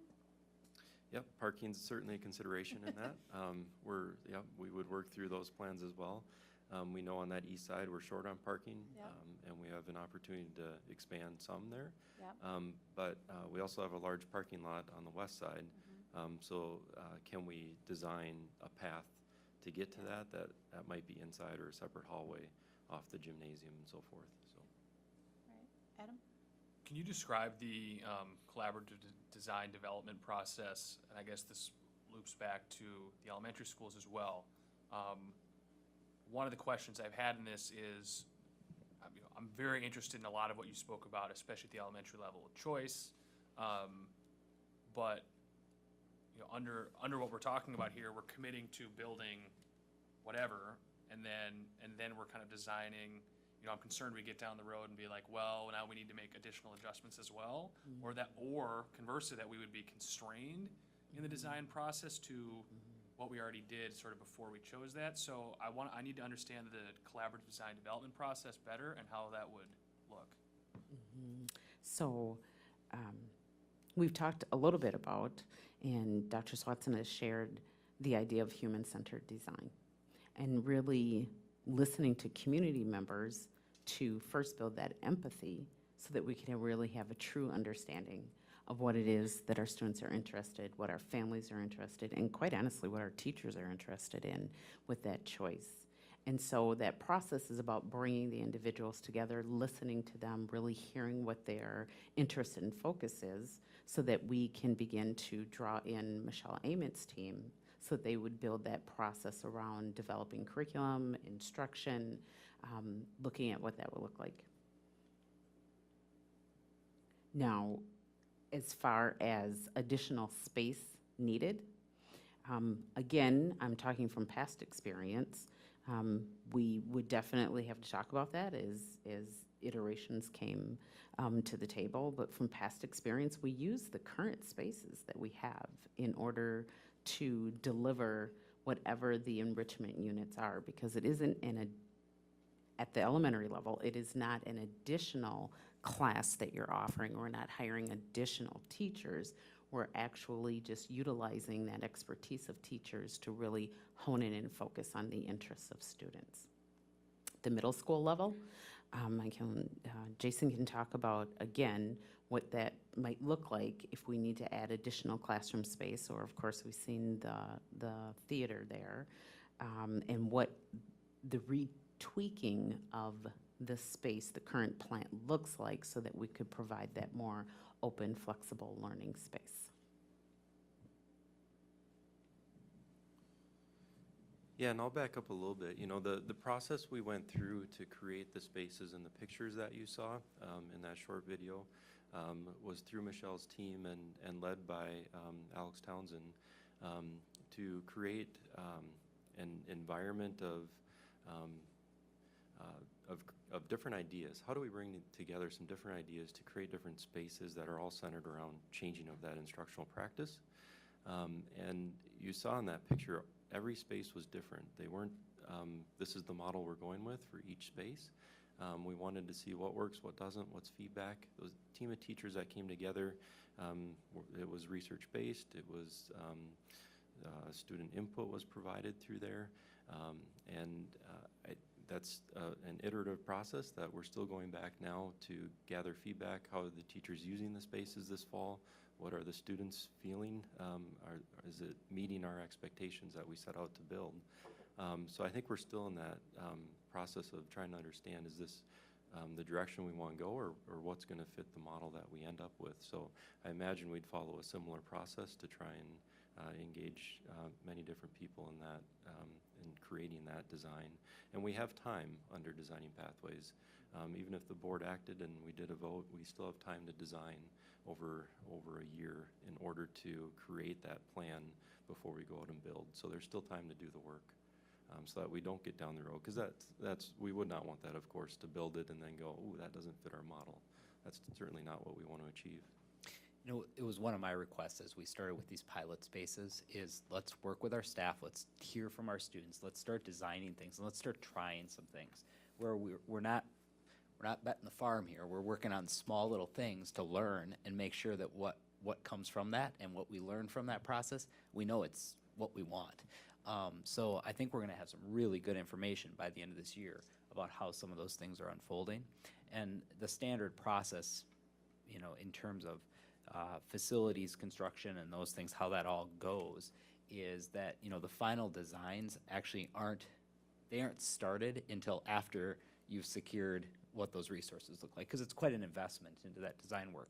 So we're going to have this year, all the way through this year, to continue to hone those things in and then engage with those groups around some of the possible choice design, and start to get those details honed so that when that design work happens, that it really is pretty focused. And one of the requests I've had of the team all the way along is whatever is designed is flexible, so that as we continue to learn, that we're able to adapt and adjust to those things again as it evolves. Because as the board set out or asked, you know, several years ago now, for that long-term facilities plan, whatever we design and whatever we do, I want to make sure that 15 years from now or 20 years from now, that the community can look back and go, this is right. Because, you know, even if we learn more or things evolve, you know, 10 years from now, I hope we know more than we do now. If we don't, we're doing something wrong. So, you know, 10 years from now, as the district needs change, my hope would be that the design of those spaces is flexible enough to meet those needs inside of that new context that we have. Holly's got. So I think it's interesting because when you change a space, you really do open up a different way of learning, okay? And so I think that we've got some really interesting possibilities for ways of learning that we haven't even thought of before. And I think that that will play out as we experience this change in space and then also the change in interest of the students. My question then is, how do we measure all this? And I know that that's a part of all of it too, but it's like all of this has to be happening all at once. And it's, when I think of our ends and how do we actually get to that, how do we show that we are meeting those ends? And so how are we going to measure all these new ways of learning? What does that look like? Are the measurements that we're so used to seeing going to accurately reflect the kind of learning that's going on in our district? And I know that people are used to seeing certain benchmarks within our community, and how do we message that to our community? So I'm thinking broad range. I'm thinking as a board member now, because I mean, a lot of me could just jump into this and get incredibly excited as an educator. But as a board member, the amount we're spending, how do we show that it's worth it in the learning that our students have? Do we have those measurements in place? That's my only concern. That's a good question. And Michelle, do you want to talk a little bit about how we're already measuring the 4 Cs, how we're measuring rigor and authenticity? Be happy to. So I was thinking about a couple of things, Holly, as you were talking, and one certainly is the ENDS 1.2, where we're looking at the 4 Cs. And so in these spaces, that would naturally, there'd be more opportunity to experience creativity and collaboration and communication and critical thinking. So that would be a natural place to that what we're talking about with this choice programming and 4 Cs go hand in hand. I'm also thinking about the 1.1.3 where we're talking about progress. See, I don't have it verbatim in front of me, so maybe one of you can help me out. Broad-based education. Thank you, Josh. I knew he could come to my, the broad-based education where we're really looking at that college and career readiness. We recently added the CTE courses into there, and we looked the career and technology education courses and various courses that we offer at our high school to determine, are we offering a broad-based education? And so I think there's an opportunity to look at that area, at that measurement to see how we can measure student learning. I think in the ENDS 1.3, there's also that opportunity for citizenship and contributing to our global world. Am I about right with the verbatim? And I thought about what Dr. Stanley said. When we look at that pyramid and we ask students to really dig into that project-based learning and how are they giving back to the community, how are they solving real-world problems, I think that there's some measurement there as well. And honestly, I'd like to think that our ENDS 1.1, we'd see increased academic achievement through the measurement of our standardized assessments. Going back to what Dr. Stanley mentioned around that school-based enrichment model, that learning for each student would naturally increase as a result of the choices, the engagement, the passions around what they want to learn, that we'd start to see some increase in achievement there and that closing of that achievement gap that we've been working so hard on. Did that Good. help, or? I think it's a real good start. It is a start, and it Yeah. might Yeah. mean some looking at creative ways on how what the justification is and what the measurement plan is around those ends to be able to adjust those as we think about what our adjusting curriculum and instruction and spaces look like. And the thing I would caution us to as we think about that is there are no silver bullets to any one of these things. No. So, I want to caution us against saying, if we do this, then this outcome is going to happen exactly like this. Yeah. But because when you get into that very specific, correlative, quantitative mode, I think, we're going to do ourselves a disservice and our community a disservice. I think as we talk about a qualitative measure around that and look at student experience, which is what that design team spent their time talking about. They talked a lot about what do we want students to feel? What do we want their experience to be? How do we want them connected to our community? How do we want them to feel about learning? And I think when we talk about that and what do we want our students to experience, that's something that's pretty tangible too inside of when you change what does an educational environment look like. Yeah, and I think that that measurement of that qualitative is really important, and we're getting better at measuring that. I think we also need to address the quantitative, because that's what a lot of people see. And so it's like, how do we message that? How do you graphically present it, whatever it might be? Because as a board, we're going to need to answer to that. And we may be doing some wonderful secret sauce here that nobody else is in our district. We need to also be able to compare ourselves to other districts. And so I think we need to have something that everyone is looking at, that they can compare with, and then also present, and this is what we're doing in addition. So that's just, okay. All right. I got one. Dave? When we talk adding basically 50% more students over there, and you referenced about more athletics or arts or clubs or whatever, I have a question of how we're going to get either the students there to school early, or how do we get the kids home when they've missed their buses? If we can't do it, then I'm looking at, it becomes a have and a have-not situation. The haves can go pick up their kids, and the have-nots say, kids, you can't participate, and I don't want to do that. Do we run an activity bus over there now? Yeah, we do run activity buses after school. I believe we have 4 that we run for the middle school. Certainly if we add, another 600 or 700 students over there, we'd have to look at some of those other options and timing.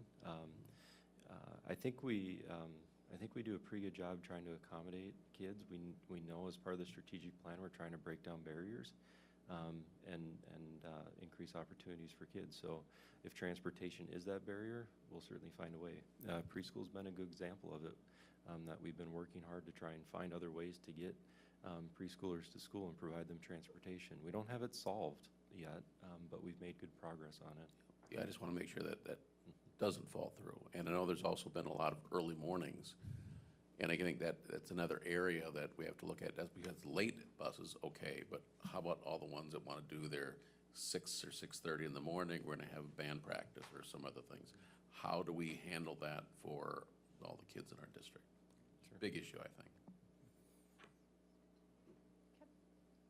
All right, anything else? All right, on to financial questions. All right. On the Finance 101. Right. Jason's excited. So just first of all, I want to start off with our current referendums that we have in place. We have the operating referendum that was passed in November 2014. It does include the inflationary adjustment in it. For fiscal year 20, the amount is a little over $1,500 per pupil. We also have a board-approved $300 per pupil for a total of $1,869. That's our operating referendum in place. The cap is currently at $2,024, so we've got $155 per student available to just under $1.5 million. That's the room under the cap. We talk about that regularly as kind of an opportunity for us at some point. The operating referendum in place expires in fiscal year 25, so the latest possible vote for us to take that out for renewal or a revoke and replace would be November of 24. With an operating referendum, you have to go out in November. You can't go out off cycle. And so we're not proposing to add that to a bond referendum because we're looking at that on a different timeline. Plus, I think we've got a ways out here. I think we're kind of in a good place in my mind of we went out in 14 for that operating referendum. We don't have to go back out until 23, 24, whenever that fits in the long-range financial forecast. And so to go out now with a bond referendum is sort of in the middle of this time frame, and that way we avoid some of the voter fatigue that can take place if you go out multiple years in a row. And I think we avoid the November election timeline too, which a lot of us are trying to avoid these days. The other referendum we have in place is the capital projects levy or the technology levy that passed in November of 13, so a year earlier, but we were wise at that time and pushed that out a year. So the capital projects levy and the operating referendum end on the same date, expire on the same date. That makes life a lot easier for us when we're talking about renewals and going back to the community. And so that for fiscal year 20, as I talked about earlier tonight, is just under $7 million. It expires in that same fiscal year 25, and so we'd go out on that same timeline with the operating referendum. I would see those two on the same ballot whenever we do go out for those. as renewals or revoke and replace referendums. There was a question on what are our funding options in place as we talk designing pathways as a whole. And so I just tried to lay out what all the different types of funding options are. And I want to walk through these and see how they could fit into this process. The first one is school building bonds or a bond referendum. That does require voter approval. The legislature changed when you can go out for bond referendums. And so you can see there's second Tuesday of February, April, May, or August, or on the general election. So you're limited in when you can go out for a bond referendum. It provides upfront cash for projects, and it has the broadest authority of any of the options we're going to talk about. So you can use it for any type of capital project costs related to facilities and equipment. It's issued for up to 30 years, but no more or no less than 20. Most times we would go out for a 20-year bond, and that's what we'd be looking at here. We'd structure the payments in a flexible way. Again, as I talked about earlier, you can wrap it around existing debt. So as some debt falls off, we would build that into the schedule and to try and keep that tax impact pretty level and minimal over the course of those 20 years. It is the lowest interest rate option that we have in issuing debt, and so this is the best benefit for a property tax owner. It certainly does result in a property tax increase as well. Capital facility bonds are another option. It does require only school board approval. It provides upfront cash for projects. Payments are spread over several years, and it's revenue neutral, which means we borrow against future capital. It's not new money to us, and so the maximum term is 15 years, where you're borrowing against yourself over 15 years. We're currently doing that, or we're currently doing that for artificial turf.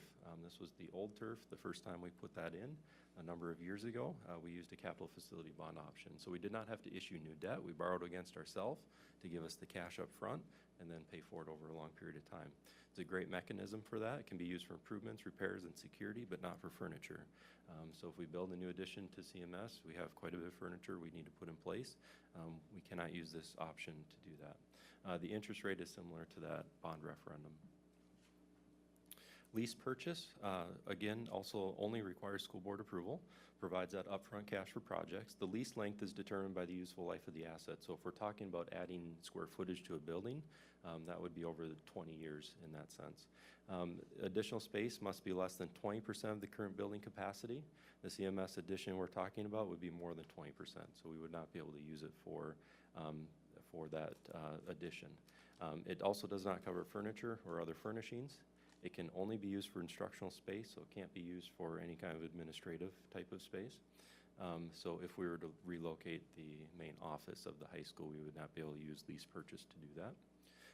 Room is needed under the lease cap. It's been a few years probably since we've talked about our lease cap and how much room we have. We do have a significant amount of room under our lease cap right now, and to about, I want to say it's about $1.2 million available each year to us under lease levy.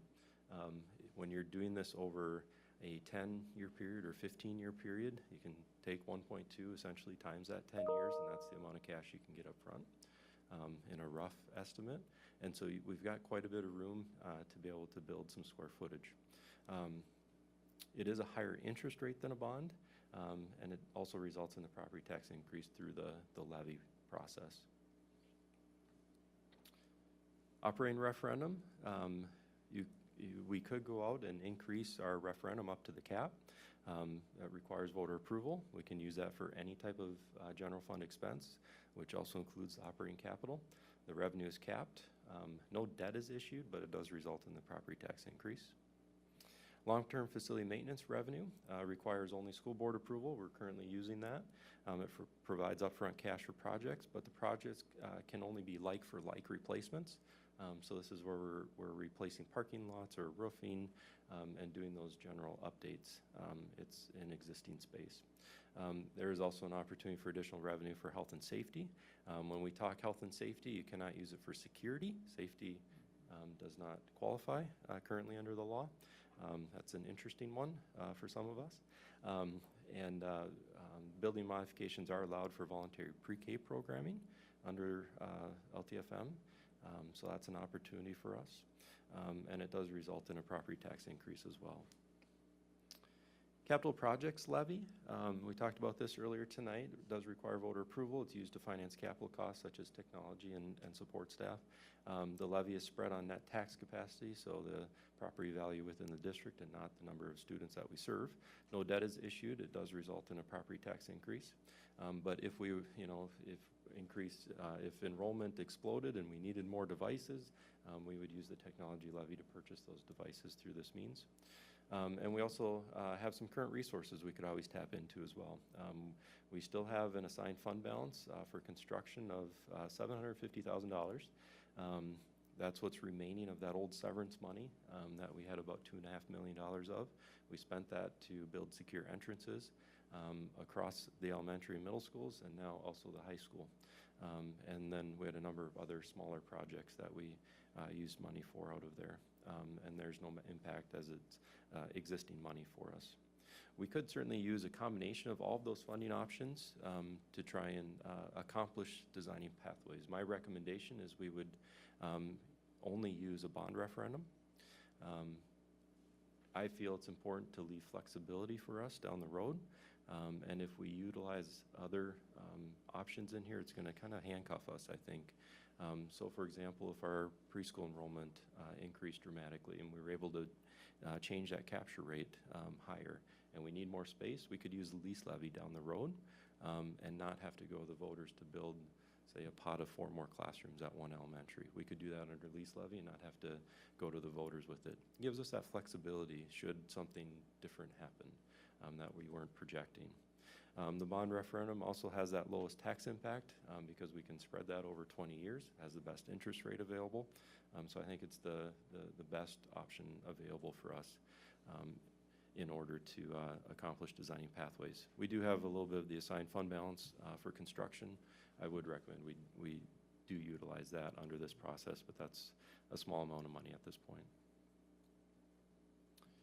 And then the last slide before we get to the next section, we just added a really brief election timeline.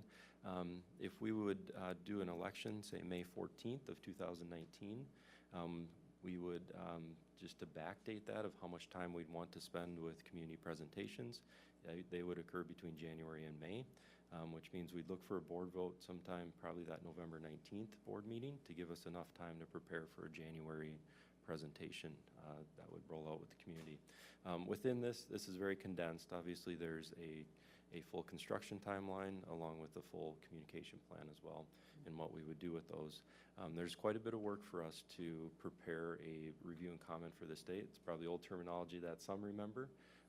When you do a large building or construction project, you need to submit a significant plan to the state for approval. And we would need some time to work with our architect to place that together to meet the deadline.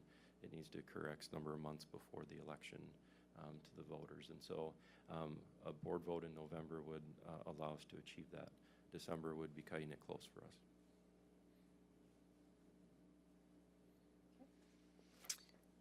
Questions? Ally? So if we would go according to this particular line here, and then it would go to a vote for the public, it sounds like there's a lot of cost involved to get it ready for that vote. Are we prepared to handle that cost and eat that cost? Yeah, I think that's a great question. Certainly we would engage our architect in a lot of the design work to piece that together. The actual design, as Josh talked about earlier in the presentation, of creating the spaces in the rooms, and all of that happens after the vote. So this is just to prepare that packet for the state. And then we would have mostly internal conversations about starting to build what this could look like. So I don't know that there's significant cost from outside consultants and things. But it's all your time, too. Yeah, but it's our time. Yeah, that's the investment, would be our time, certainly. Financially, I would propose we pull that out of our contingency account, so within our budget allocation already, and within our general fund contingency account to cover those costs. If the bond would pass, we would be able to utilize the bond to go back and reimburse the general fund for that cost. Okay. Got anything? Nope. Good. And I know we're not answering all the financial questions tonight. We have some Yeah. additional financial questions that will be coming back in the next meeting. Right. But That's a good point. So Yeah. we've had to reach out to Ellers to start to rerun tax impact and some of those numbers again and make sure we're up to date. We also went back to DeVetter, Michael DeVetter, to run some of the architectural costs and make sure that our project costs that we estimated are still accurate. And so we'll have that information packaged together for the next meeting. So we had that from before, the actual costs for different options of Right. construction, so we can just make sure that those are right. Yep. So my only financial question is, way back when we first started this process, and the board actually had a different makeup at that point, we had different members, there was an operating cost presented to us, and there was an increase in operating costs at the middle school level. And I'm wondering if that is still something that's part of, I mean, Yep. we sort of talked about this since then, but, so here's my concern. So at the high school, we run an expensive model. And when we start to run short on our operating levy, we hold it over our community's heads that we can no longer have the block schedule. It costs us an extra $500,000 or whatever it costs us to run it, and so that's a really great place to cut. My concern is that we do this, and we adopt a more expensive operating model at our middle school also, and then down the road, something happens and we need to renew our operating levy. I'm not really interested in holding it over our community's heads, that, oh, we did this really great thing for you, but we're gonna take it away because we don't have enough money. So, a couple things on that front. Yeah. Part of when we come back in October, I'll be making some recommendations as well. Okay, And so we'll talk a little bit about that. I believe with some of the model and choice model that we have some possibilities there to maybe. okay. So things might be different than what yes. we looked at the Yep. first time. Okay. The other piece to that is we do have some transportation costs that are real right now. That would be an increase right now, just because we're moving more students on a tier together. Yep. There are some options to look at that. My recommendation to the board will be in October that, we do take a look at that, but we look at that outside of this right now, this process, to make sure that we bring people with us through that model. And so I think there's some possibilities there in the future, but we'd be very prepared to be able to absorb that for right now, Okay, financially. okay. Holly? Yeah, I'd like to understand our transportation and the model of how we're doing schools and where we're busing kids and how long they're on the bus, and and that's a different conversation. Yep. But if you are going to prepare that conversation, I'd like to have a very full conversation on that one. And I think that's the conversation, honestly, I'd like to separate from Exactly. designing pathways Yes. right now to Yes. talk about Yep. that at a separate time here. If we're gonna focus Yep. on this, I would recommend that we focus on this, and then we And focus then on that as focus a on that. secondary piece. And I think it's appropriate to have that conversation in the future as we go, to make sure that we have everyone with us. Yep. So, tonight around the finance, some of the questions that came back were funding models, choices for funding models. What am I kind of getting at what cost? That will kind of build into the next section. There was a request around Finance 101 and just kind of some of the timing of decision to get to election if that's the case. So we'll bring back some of those other pieces next time.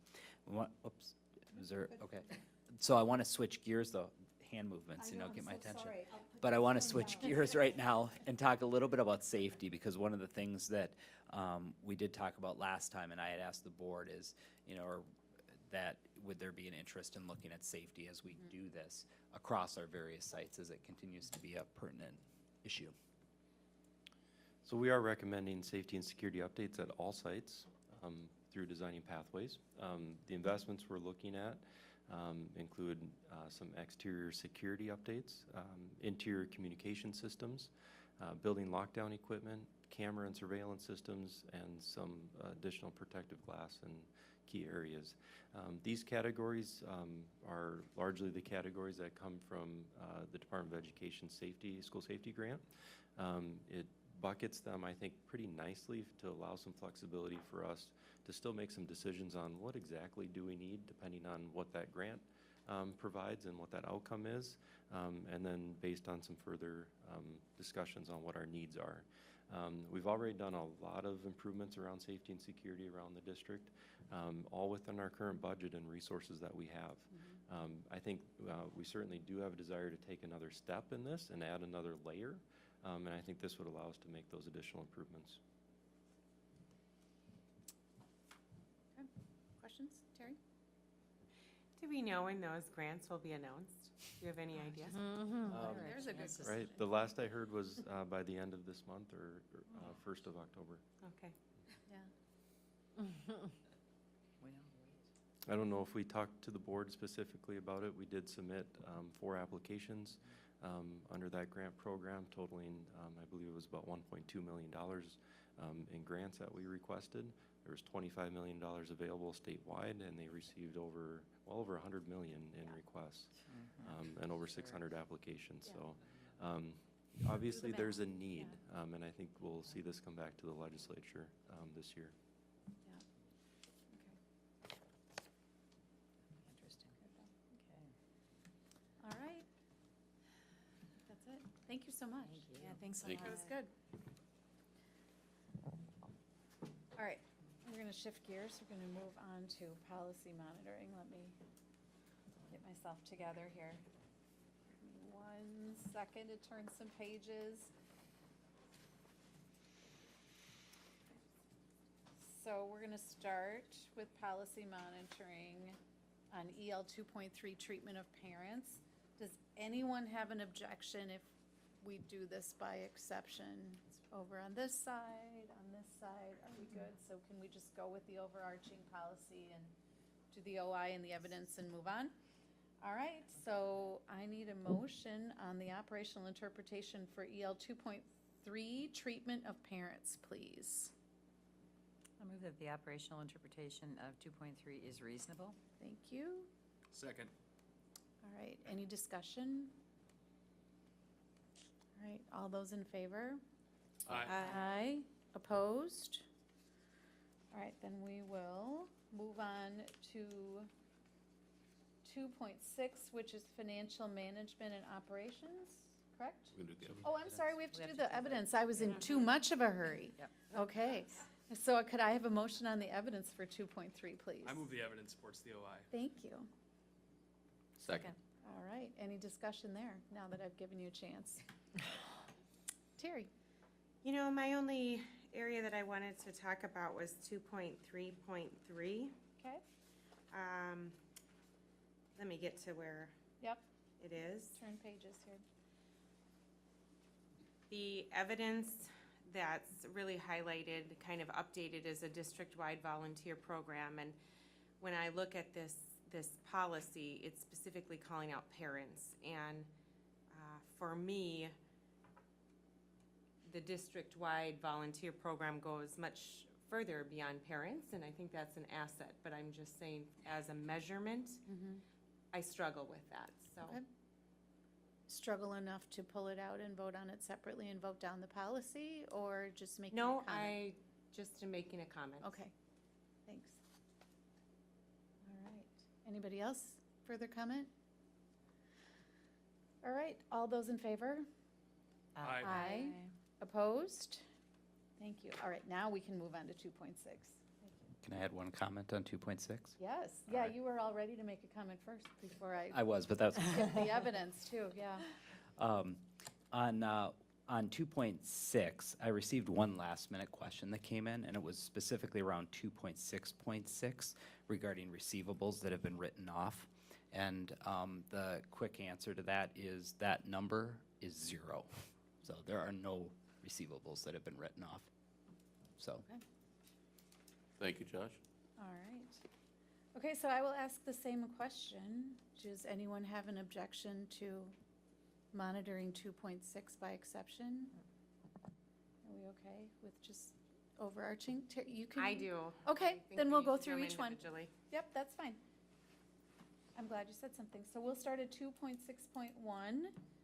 which is the superintendent shall not allow payroll or debts to be settled in an untimely manner. If I could have a motion on the operational interpretation for 2.6.1, please. I move the OI as reasonable. Thank you. Second? All right, any discussion? All those in favor? Aye. Aye. Opposed? All right, on to the measurement plan. If I could have a motion on the measurement plan for 2.6.1, please, Evidence. or evidence? I move the Yes. evidence supports the OI. Thank you. Second? All right, any discussion? All those in favor? Aye. Aye. Opposed? No. Okay. 2.6.2, the superintendent shall not allow payments or other government-ordered payments or filings to be overdue or inaccurately filed. If I could have a motion on the operational interpretation, please. I move the OI as reasonable. Thank you. Second? All right. Discussion? All those in favor? Aye. Opposed? No. Okay, and on to the evidence, please, for 2.6.2. I move the evidence supports the OI. Thank you. Second. All right, any discussion? I made an error on that last one. I supported the OI, but I don't support the evidence, so. Okay. All right, do you want to have any discussion around the evidence?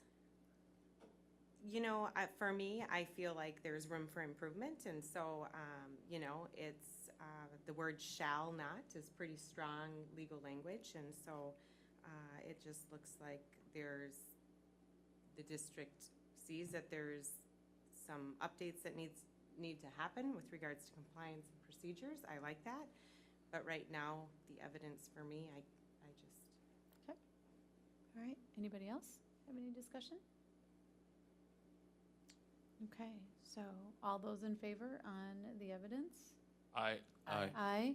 Opposed? No. Thank you.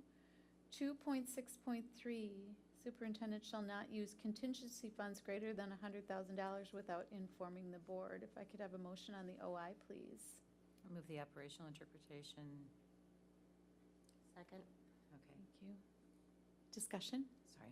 That's okay. It was like good. halfway through. We're I was good. reading something, it caught my eye.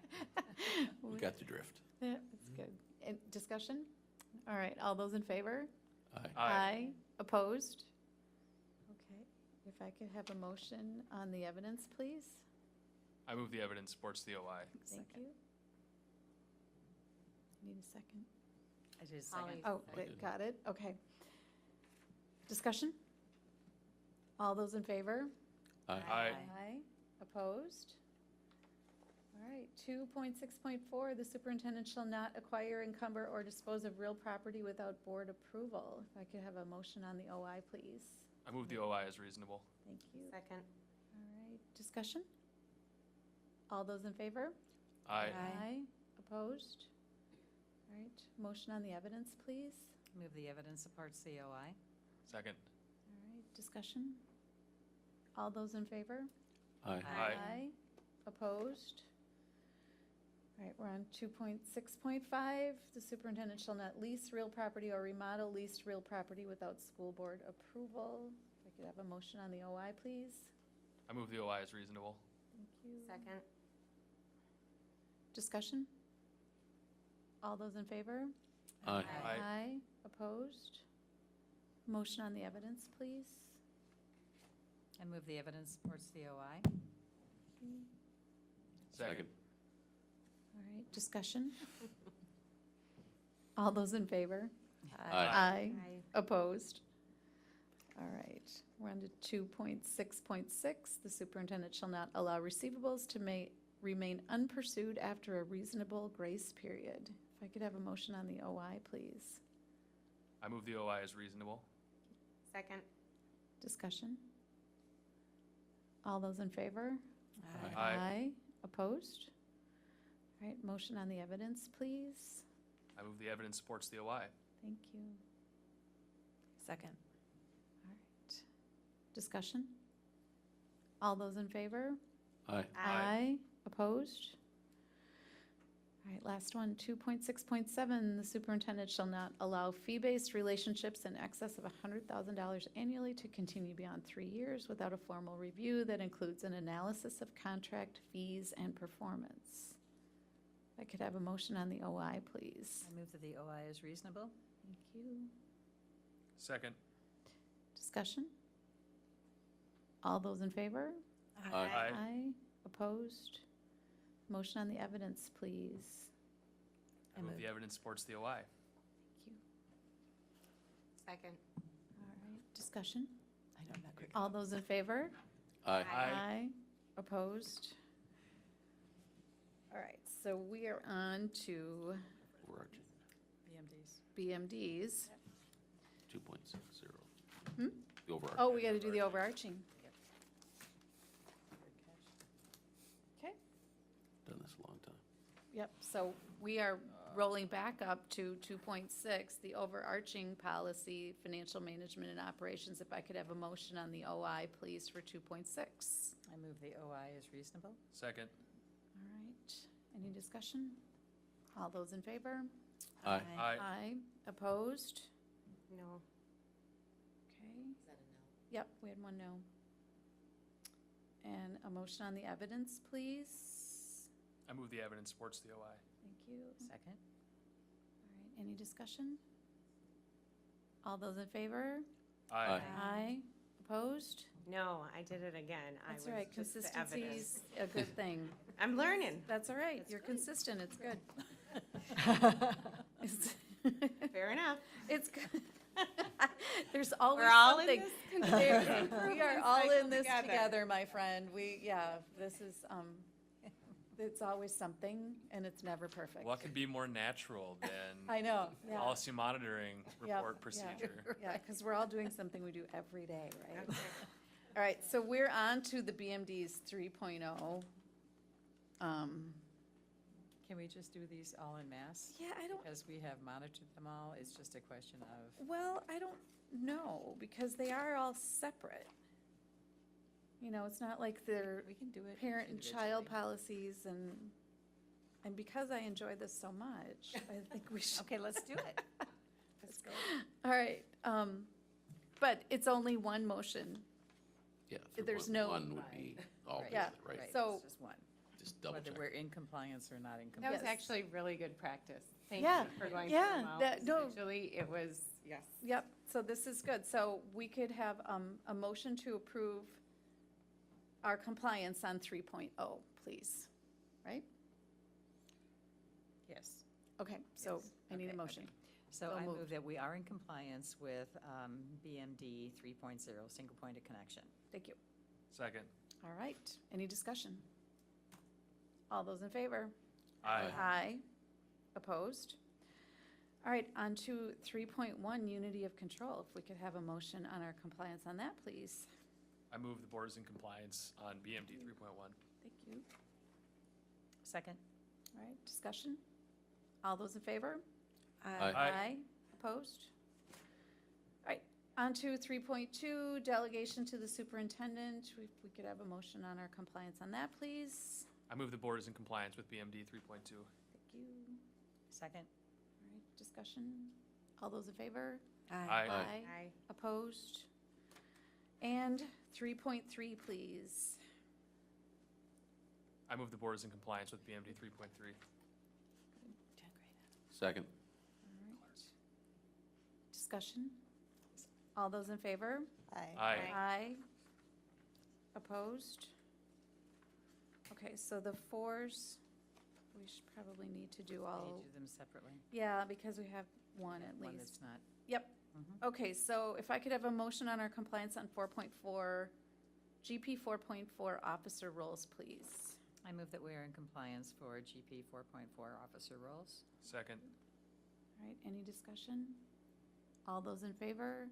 Aye. Aye. Aye. Opposed? All right, on to 4.5, if I could have a motion on our compliance. Okay, so it'll be a little tricky. Yes, Okay. so I- think about it. So I move that we are in compliance with 5.1, 4.5.2, 4.5.21, 4.5.22, 4.5.23, 4.3, excuse me, 4.5.3, 5.3.1, 4.5.3.2, 4.5.4, 4.5.5, and 4.5.6. Can we vote that first? Or do I need to read the other ones that we are in compliance with? Yep, keep going. Okay. I move that we are also in compliance with 4.5.7.1, 4.5.7.2, 4.5.7.3, 4.5.7.5, 4.5.7.6. Okay, so we will vote on all of those, leaving out the other Yes, three. So yes. the motion on the table right now is that we are in compliance. We need a second. Second. All right, any discussion? All those in favor? Aye. Aye. Opposed? All right, so now I need a motion on 4.5.7, which is the school board training record. Right. And I make a motion that we are not in compliance with 4.5.7. Can we go the other ones too? And 4.5.7.4 And, and 4.5.7.7. all right, I need a second. Second.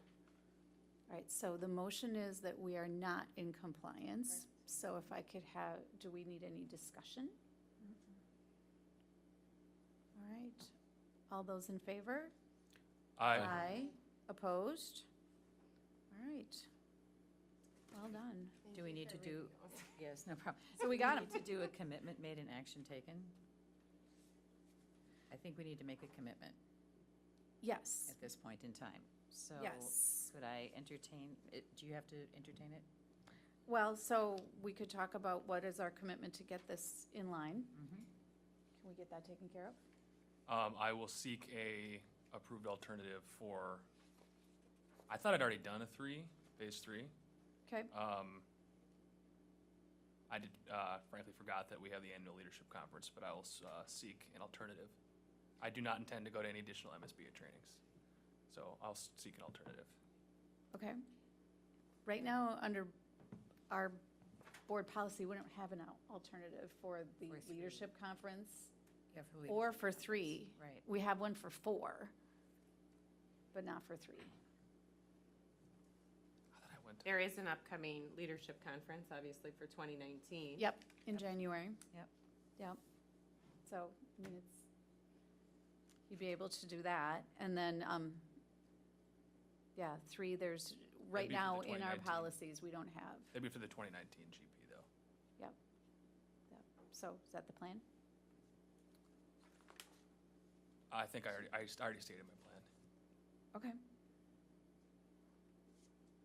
Can I have discussion on it? Yep, you can. Okay, right now, we don't have an alternative to phase 3.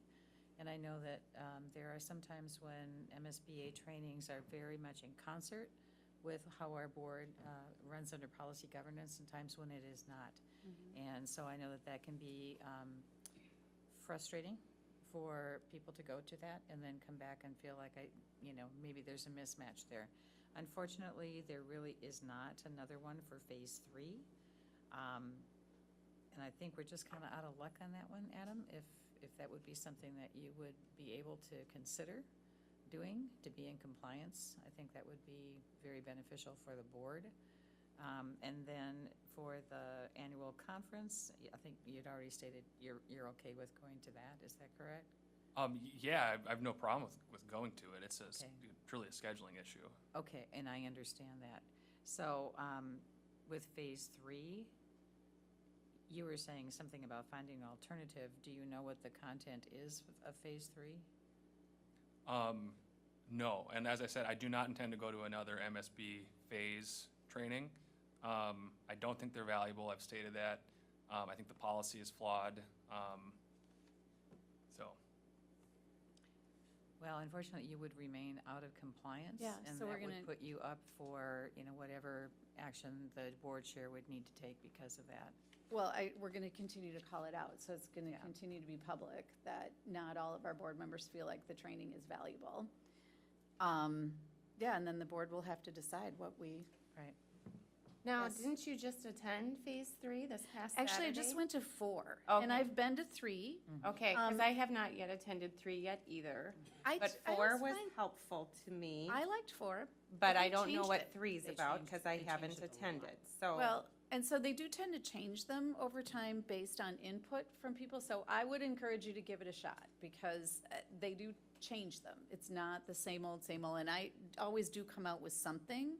I mean, phase 4, we just went and we talked about the fact that we don't, a lot of it, they covered policy in the morning and we said, well, we don't use MSBA policy, we use policy governance, and that was actually interesting to other board members. So I feel like the interaction is valuable as much as the learning.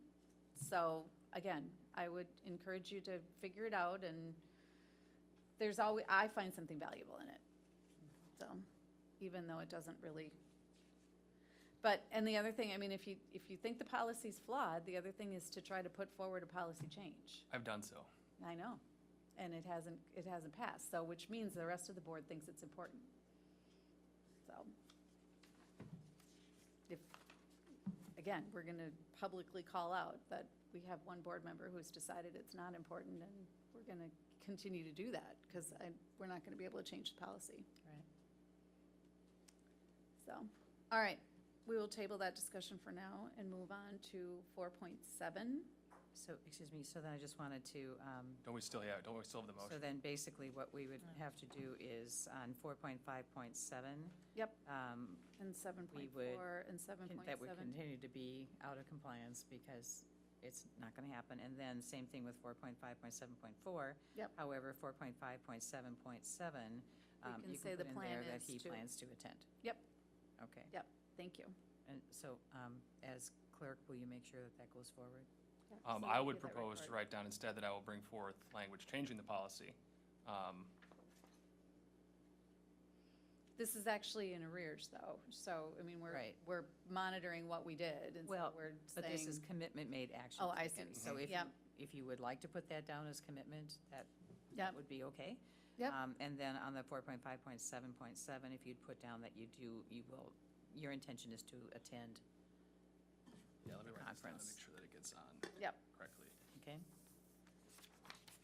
So you'll take it from here, Adam, on those three? well, and Brenda, you got that? So Yeah. 4.5.7.7, the last one, the intent is to attend, the next one.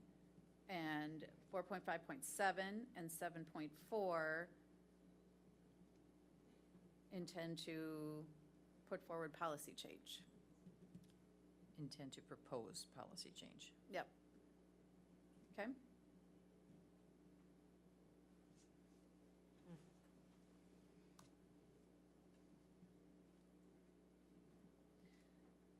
All right, And can I just state real clearly that Phase 1 and 2 training is mandated by the state. yes, Phase 3 and 4 is required by the board. Correct. Just want to make that distinction. And the word propose, you said, that was Propose. important? Okay. Yes. Yep. Yes, proposed policy change, because you can't put forward policy change. That's an approval by the board. Right. So an individual couldn't put forward policy change. You can only propose it. all right. Okay. Okay. Are we good? 4.6, if I could have a motion on our compliance with 4.6, please. I move that we are in We compliance. still have the motion of non-compliance for the Did we previous. not, I thought we finished. Actually, we did that. Yep, we That's finished. done. We were then on to what. Taking notes, okay. Yeah, I was gonna move on, but then we said that we needed to fill out the rest of the column. Yep. So we actually, yeah, we finished the vote on 4.5. Do we have to vote to put, is There's it like a no- work plan? Do we have to vote to write that down? No, No. Okay. No. okay, back to 4.6. Okay, I move that we are in compliance with 4.6, process for addressing school board member violations. Thank you. Second. All right, discussion? All those in favor? Aye. Aye. Aye. Opposed? All right, on to 4.7. If I could have a motion on 4.7, please. I I move that we're in compliance with 4.7 School Board Committee Principles. Thank you. Second. All right. Discussion? All those in favor? Aye. Aye. Opposed? Okay, 4.8, someone who has not made a motion yet this evening, please. I need a motion on 4.8, School Board Committee Structure, please. That's probably just you. It's probably just me. Yeah, you don't make too many motions. I don't make motions. Someone else has to then. I move that the board is in compliance with GP 4.8. All right, thank you. Second. Any discussion? All those in favor? Aye. Aye. Aye. Opposed? All right, 4.10, please.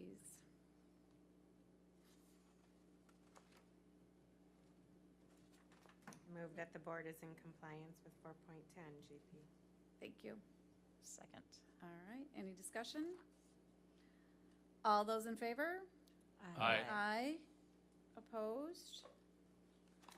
All right, last workshop, we also discussed our calendar of school board committee meetings and events. And we talked about taking some of the payment off of these.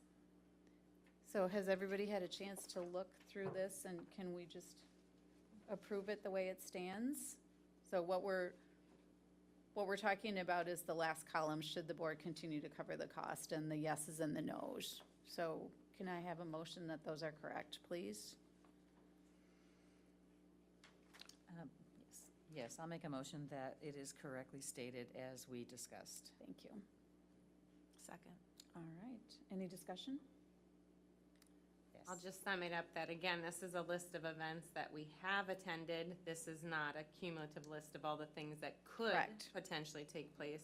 Correct. And the summarizing conversation was the board did not feel comfortable paying for fundraisers. Correct, yes, we're not voting on whether or not we attend, we are voting on our financial commitment to fundraisers. Right. Perfect. All right, any other discussion? And just a comment that even though we are saying that we're not saying people can't go to the fundraisers.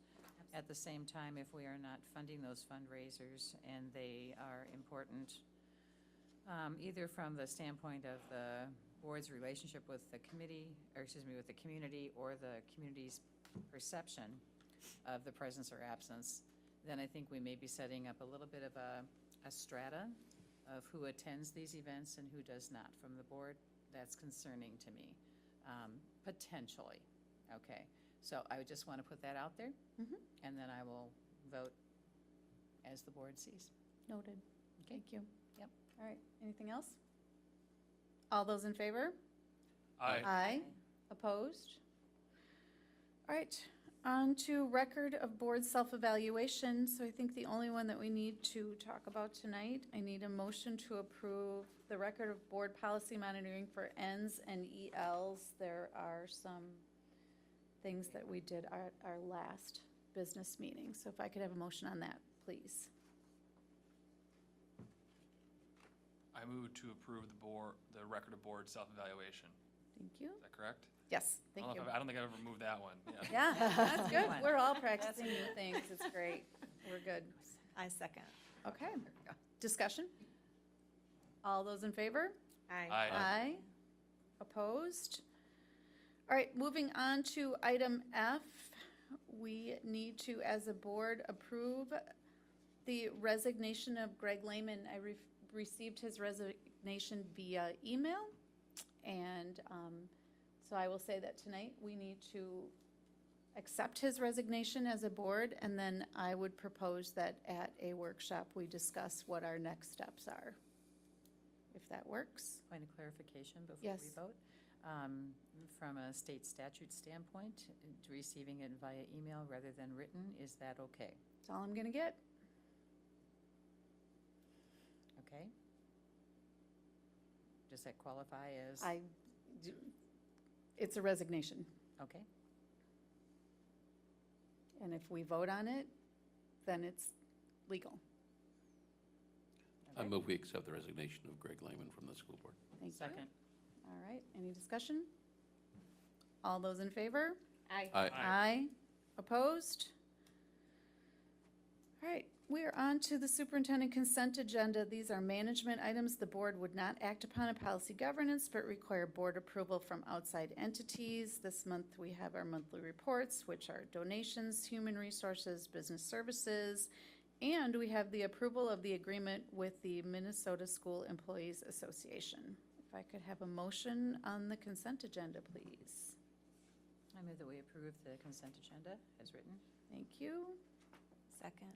All right, all those in favor? Aye. Aye. Opposed? All right, we are on to board education. We do not have any board education tonight. All right, on to number 10, superintendent incidental information. These are things that are nice to know. So, Jason's back again with Very some ni- very things nice. that are nice to know. so I'm just gonna, Mr. Munzberger is back up here to talk about our preliminary enrollment update as the first item. I just want to remind everybody that because it's under incidental, this isn't open for questions or discussion. This is just information we're presenting at this point. I also want to just remind everybody that these are preliminary numbers. And so October 1 is our official count. That's when our enrollment numbers will become official. We would anticipate that between now and then, our preliminary numbers would drop a little bit. That's normal. That being said, we have some really good news to share inside of the enrollment report as well. And so I'm gonna go ahead and turn it over to Mr. Munzberger to talk through the numbers we have in front of us right now. This is good to know, isn't it? Great information Good here stuff. tonight with the enrollment report. So we'll go to the first slide. Brenda's working on it. So the fall 2018 enrollment. So this is our most current enrollment information. And it shows fall enrollment by grade level. You see a couple of really good numbers that come in there. First of all, if we look at kindergarten, we see 624. We were budgeting 570. We knew that was conservative. And truthfully, the budget projection showed maybe 580, somewhere in there, 585. And I was trying to be conservative because I was a little worried this was the lowest birth class in that year. And I wasn't quite sure if that was going to happen. So 624 is an amazing number. We're really happy with that considering the births within the county during that year. We see a blip in fourth grade. That was anticipated, rolling from third. Fifth grade is actually higher than we expected, along with 6, 7, 8 are higher than we expected. You see a jump in ninth grade. That's a great number as well. And so the message I have tonight is really system-wide. K-12 is where we saw the growth. It wasn't in one particular area. And I think that's a great message for us right now, is that across the system, we're really strong. They're flooding in, both in open enrollment and our resident students that we have. So we're seeing growth across the system. If we go to the next slide, enrollment trends by fiscal year. So this is the total enrollment K-12. So again, we're not pulling in the pre-K numbers in these particular numbers. So in 2019, for fiscal year 19, we're at 8842. You see that bar going up. And 2016 is our closest number at 8844. So what you see over the last 4 years is a really stable number. So as we talk about enrollment projections going forward and how's it going to impact our financial model, we're now seeing trend information over a period of time of stability. That's going to turn out really well for our financial model, and we'll talk about that when we get to January. But what we're seeing hopefully is not only stability, but some growth as we move forward, as we look at some of these key indicators. If we go to the next slide, capture rate. The kindergarten capture rate over a period of 10 plus years here. You see 2018-19, I have a typo, it says 626 for EP resident enrollment for kindergarten. It was 624. So it's just shy of the 87.3%. So obviously that's a strong increase over the previous years. We don't have anything going back to 2011 that shows that strong of capture rate. So that's a great pattern for us. We had projected our capture rate at 79.1 as we move forward. That was based on an average of those previous years. And being at those numbers, we're projecting 628 for next school year. I think what we're looking at as we review our enrollment projection model is we're probably going to need to increase that capture rate percentage a little bit and bump those numbers up. So in our financial model, we'll probably see a 630, 635 kind of number as we look towards next budgeting cycle. That's great for kindergarten enrollment. Again, that shows strong numbers for us. You see another low birth year coming in 2021 and then even 21-22 where that number starts to drop a little bit based on that estimated census data. And so as we move that capture rate, those numbers will pull up a little bit. We're still going to show somewhere in that 600, low 600 number as we move forward with kindergarten. I think that's a great message. So we've had a few emerging trends as we go to the last slide. Enrollment is certainly much higher than expected. We're up 223 students from our budget projections. That's about $2 million in additional revenue that we hadn't planned for. Compared to last year's enrollment, we're up over 100 students just from last year's enrollment. So this will be the first year, should these numbers hold, first year come October 1 as our official enrollment count, that we'll see increasing enrollment in the last 9 years. That's a great message for us to put out. Obviously, the revenue is going to really help our financial projection model, but more so, it's that enrollment projection going forward and showing stability instead of decline. That's what's really going to help with the referendum dollars and kick out our 5-year projection. We saw growth in 9th grade, up 63 students from projections. That's a really strong number on that class size. We don't have all of the data yet. Last year was really our first year of digging into some of the analytics and trying to see where kids were moving. We don't have all the data in place yet to be able to dig into all of that, and so we just have anecdotal information at this point. But we know there are lots of kids coming back into the district, and so that's a really great message. We'll get the breakdown as we move forward here over the next couple of months. Kindergarten capture rate is also significantly up at 87% compared to 78 just 2 years ago. We know the work that is being done with our family engagement plan that Jacqueline and her team have been working on. We know the work of the Welcome Center is pulling kids in. There's lots of positive stories around the kindergarten open house nights and how that process has changed and moved earlier in the year. There's lots of great stories that are helping drive these numbers. So we will dig into this some more as that data comes forward for us and be able to get some breakdowns. We're really curious ourselves about open enrollment numbers and how they compare over the past few years versus how many resident students have we recaptured back into the district and at what grade levels. So we'll get into that information. The next slide. So our next steps here are we will roll this enrollment and the strong projections into our 18-19 mid-year budget update. That happens in January when we bring that forward to the board. We'll certainly take a look at the revenue impact and then rebalance the budget with it. One of the really nice things for us this year is the kids, in a sense, fell in the right classes and across the right grade levels to where we did not need to increase the number of sections too significantly. I think we increased 2 more sections than over the previous fiscal year. And so having 220 kids more, but only increasing 2 sections means most of that is true revenue for the district. We'll also look at our 1920 enrollment projection and beyond and recalculate capture rate, take a look at some of those trend and cohort survival rates and see how that impacts our enrollment projection moving forward. We've already started on that work and the story's good with that, so I think we're in much better shape. Long-range financial projection will be our last piece that we'll bring forward to the board in January as well and looking at that 5-year financial forecast. Again, anytime that we can change from declining enrollment to a stable enrollment or growing is only going to help our financial picture. So we base that 5-year projection on conservative modeling. And so now as we start to see some of these numbers true up with enrollment, that's really going to help bridge that gap that we've been looking at. So I think we've got a really great story to tell as we move forward. So before Jason moves on here and we get into preliminary financial report, I do just want to acknowledge, Jason and Sean and Jacqueline have done a ton of work to digging into these numbers to inform our work. So it's research-based, it's sound, as they've thought about engagement and what does that look like. And our principals and assistant principals and staff have just done a wonderful job in rethinking tours and rethinking how do we really engage with our community and make sure that the community understands the absolute phenomenal things that are going on in our schools. So thanks to all of you for your work Yeah, and definitely. that for the staff too. Well done. All right. So let's shift gears to the other report, our preliminary year-end financial information for last fiscal year.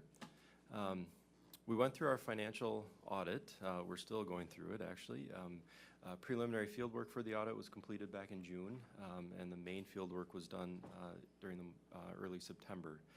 Preliminary results come to the board here this evening. That's our normal schedule, and then we'll recap the final results with board leadership in November before that final audit report comes forward November 19th, and that will finally wrap up the fiscal year of 17-18. The audit findings, we have a number of them this year. The first one is out of the general fund and legal compliance. You just monitored where this will show up. We had 2 out of 40 disbursements that were tested. Disbursements are accounts payable payments that were tested and not paid within 35 days. By state statute, we're required to pay them within 35 days. The auditors tested 40. They found 2 that were in non-compliance. Non-compliance happens for lots of reasons. It's not because we just didn't process the check fast enough. It's usually somebody lost the paperwork or it was sitting on someone's desk and just didn't get signed and approved and moved forward in a timely fashion. And so those are consistent reminders we put back to all departments and sites to say we're trying to be compliant with everything. We need these to come forward in a timely fashion. Sometimes there are disputes that we have where we are disputing the bill itself. If we have documentation around that, we can avoid the finding from the auditors, but sometimes people might be doing that disputing and just not documenting everything. So when it comes forward, we don't have proof of it, and so it results in the finding. Lots of different reasons why those occur. Certainly, we don't want any bill paid outside of that 35 days, and we harp on that every week to everybody. So it's a consistent message for us. Student activities, this is normal for us in the first one, where internal controls at district sites and that they operate on a cash basis. And there's really no way to ensure that all cash is collected. All the cash that is collected is recorded, and theft certainly could occur. Until we move away from a cash-based system, we'll always receive this finding. We've been working to reduce the amount of cash we have in the district by putting in some credit card type payment options and different pieces for parents and students to pay. Unfortunately, cash is still the main means of payment for lots of people. It's also a way for them to avoid a fee that might come with a credit card transaction. And so this is a finding we've had every year for probably 20 plus years here in the district. It's not going to go away, although we're working towards it. In student activities, we also had 2 out of 25 receipts that did not have a student signature on the receipt form. Within student activities and the clubs, students are in charge, and then they have an advisor. Students are required to sign a receipt when payment is collected along with the advisor. 2 of them only had the advisor's signature, not the student signature. So we've been working with student activities. These were specifically at the middle school level, not the high school level. And so we've been working with middle school to make sure those are corrected moving forward. And then federal grants. Food service, we had internal control finding as 2 free and reduced applications were tested that were calculated incorrectly. Those applications are income-based, so a family submits a free and reduced application, submits their income. We have to do some calculations on it, and we had a transposition error on both of those.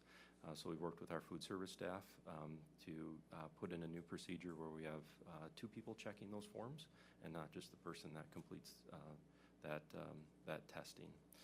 In special education, we received internal control findings for time and effort. 6 of 20 employees that were tested for timesheets that were submitted were approved late. There's a time restriction for us. 8 of 20 that were not submitted at all, and then 1 of 20 was missing information. So we've been working with our special education department and working to try and correct that. There's some ways that we can recode some staff to, into some different areas with their benefits and things to avoid some of the time and effort requirements. And then work on a smaller group of employees to make sure that we are in compliance with those. This is often a struggle in an area. We've, you know, we've got a 2-week pay period in some of these, and it takes a lot of hand-holding to make sure we get everything done and complete in a timely fashion. We're working towards that. And then in Title I, we had an internal control finding for time and effort as well. 1 of 5 forms that were not submitted at all, so 1 employee did not complete a time and effort form as they were supposed to. None of these findings result in any financial impact for us or any change in future funding for us. And so we've worked with all of the areas already, and we'll continue to monitor and hopefully be in compliance as we move forward into the future. From a financial standpoint, if we go to the next slide, revenue for the district, we had budgeted $106.7 million. Actual came in at $106.9, so we were $230,000 above budget. So from a revenue standpoint, we're 2.2% away from where we had planned. You know, usually we come in stronger than that, is our history. But remember back to October 1 of 2017, with enrollment, we were 84 students below our budget projection. So we had a financial gap last year. We were able to close that with some budget efficiencies, and we're able to still end up $230,000 on the plus side. So we think that's a great result for the financial constraint that we were in due to enrollment last year. From an expenditure standpoint, we had a budget of $105.6 million. We spent $105.6 million, and so we're just over by $44,000, 0.04%. In total, $186,000 off, of 0.18%. That's closer than I'd like to be on a margin, quite frankly. We'd like to have a little bit more room in there. My tolerance is certainly less than 1%, but I'd like to see it a little bit higher than the 0.18%. With it being so close, I really don't have anything major to note other than that enrollment challenge that we had that was constraining us financially. I think it's a great story that we were $800,000 to $900,000 off our budget mark come October. That's not a point where we can reduce staffing and make major changes where our budget, where a large part of our budget occurs. So we had to do that within some other constraints, and we're able to make that happen. So no major things to note for revenue and expenditures. Within the other funds, food service. So we've talked about this for a number of years. When we look at this fiscal year 18 bar is going up from the previous year. We're happy with that level of funding. So you've got 3 years of pretty good stability in there. And we feel like we've been able to really hone in and figure out some of our challenges and stabilize that fund. So we feel good with where food service is right now. Community service, we had a couple of conversations with the board last year around the projected drop that we were incurring due to some additional expenses coming forward. We made some course corrections during the year. And we know this year, as we take on the Eagle Zone program, that is a money maker for the district. And so we feel that even though this level's been dropping consistently, we'll see that come forward pretty quick now and start to grow. So we feel comfortable with where that's at. And you'll have more detail when we get to the audit in November. Next steps for our financial audit, we're still wrapping things up there. We've got some schedules to finish and some work to go back and forth between the auditors and the district. But we should wrap that up and have that ready to present on November 19th. We will then incorporate all of those actual numbers for fiscal year 17-18 into the 18-19 budget update and our financial pieces that come forward in January. And then our long-range financial projection will then include all those actual numbers when we bring those forward in January as well. Okay. That's all I have. Thank you. Thank you. Thanks, Jason. All right, we are going to move on to board action on committee reports and minutes. We have minutes from the September 21st meeting of the Board Development Committee to approve. Do we have anybody want to tee that up? Anything you want to say? I don't see them. Are we good? So if I could have a motion to approve those minutes, or? I don't, where are they in the packet? They're in the, They're on page They're in the packet. 139. 145? One, 139. 139 Packet I picked up and on the 140. weekend. Got him? Sorry. Okay. If I could have a motion to approve those minutes, please? So moved. Second. All right, any discussion? All those in favor? Aye. Aye. Opposed? All right, on to Community Linkage Committee. We have minutes from the September 12th meeting. Anybody want to tee that up or discussion? Yeah, I'll take that. First ahead? We went back as a committee, kind of regrouped after the last things we've been trying to get through with the community meeting. And so we start out with discussing our role and functions and the things that we definitely want to do, which includes the school visits, outward written communications with the community on the connecting points on our website, meet and greet with our community members, and an open forum with our community members. We do have an outstanding question about PTO board meetings, whether we as a board actually attend, speak, handle Q&As, and attend those kind of functions. It's been a iffy spot over the years, where we've at point in time, we've had board members assigned to certain schools and certain PTOs. And we got away from that as different organizational things change, and there's some request that maybe we go back to doing some of that. Nothing we have to finalize today, but it's something I think we as a board need to discuss. Are the questions about whether or not to attend PTO board meetings coming from us or coming from the PTOs? Is there a request on their part to have us attend or no? It has been ongoing discussion at the board level as to whether it's appropriate for us to go. When I joined the board, it was already an ongoing discussion. It's been an ongoing for like 5 years. Or Yeah. It's Yeah. longer than that. Yeah. Right. But, Yep. I mean, I would say ask them if they want us to be there, as opposed to us just showing up. That's one perspective. I think the other perspective is it really our place to be in the schools there, given our one point of contact with the schools, which is our superintendent? So the question is, if we were to go, for what good would it be? So is it for the good of the PTO? Is it for the good of the board? And so it's just a question of what would be the benefit? From a community linkage standpoint, yes, you are getting out there in front of people and you're hearing from them. I think when we came on the board, what it had come to is we would go and listen, but we wouldn't necessarily speak unless we had something that the whole board had decided that we were going to present. So it's an ongoing question. I think it merits some further discussion, perhaps in a workshop. Yep, I would agree. Yep. Just to clarify, I wasn't advocating one way or the other. I was No, just making sure that Nope. you were invited as opposed to, we'd like to Yep. come. I think that's a different Yeah. conversation. Right. Yeah, but I think we could talk about that at a workshop at some point, so, I mean, maybe community linkage could come up with pros and cons, or, some little, like, here's, I think personally, speaking as a committee member, I'd rather it would come from the board. okay, fair enough. Okay. All right, All right, let me just continue the last couple of things here. Yep. The things we definitely would like to do this year, the school visits, and which is what we've done last year, and we're gonna visit all the schools again, and Terry's working with Josh on getting those aligned and set up in what period of the year we're going to do those. So look forward to that coming out to you guys fairly soon. We'd like to continue start writing articles for the connecting points, which are basically quarterly ones that get delivered via U.S. mail to everyone in the Eden Prairie District.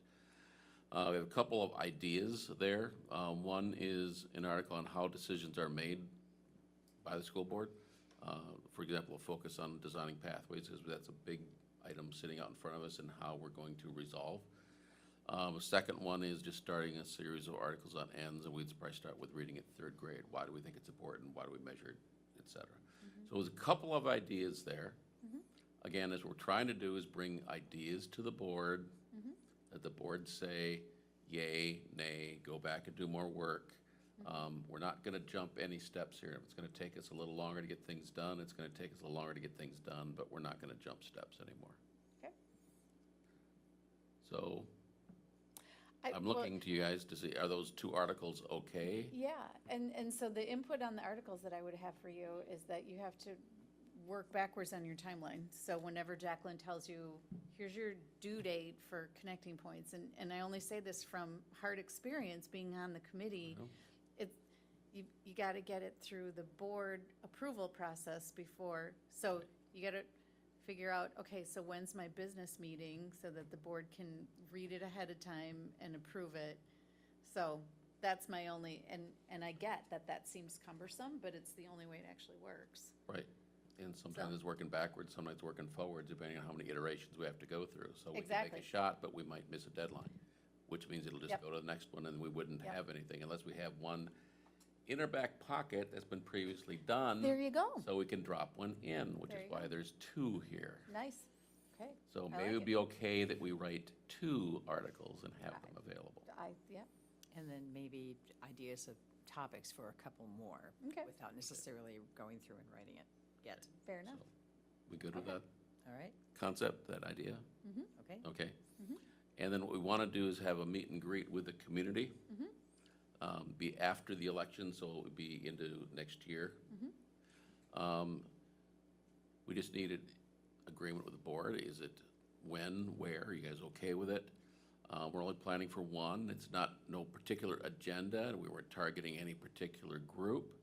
It was just a matter of us getting out in the community and that meet and greet. So again, are we on board with something like that early in 2019? Can I ask a procedural question with this? Isn't, to me, this is something that maybe we should kind of all discuss at a workshop.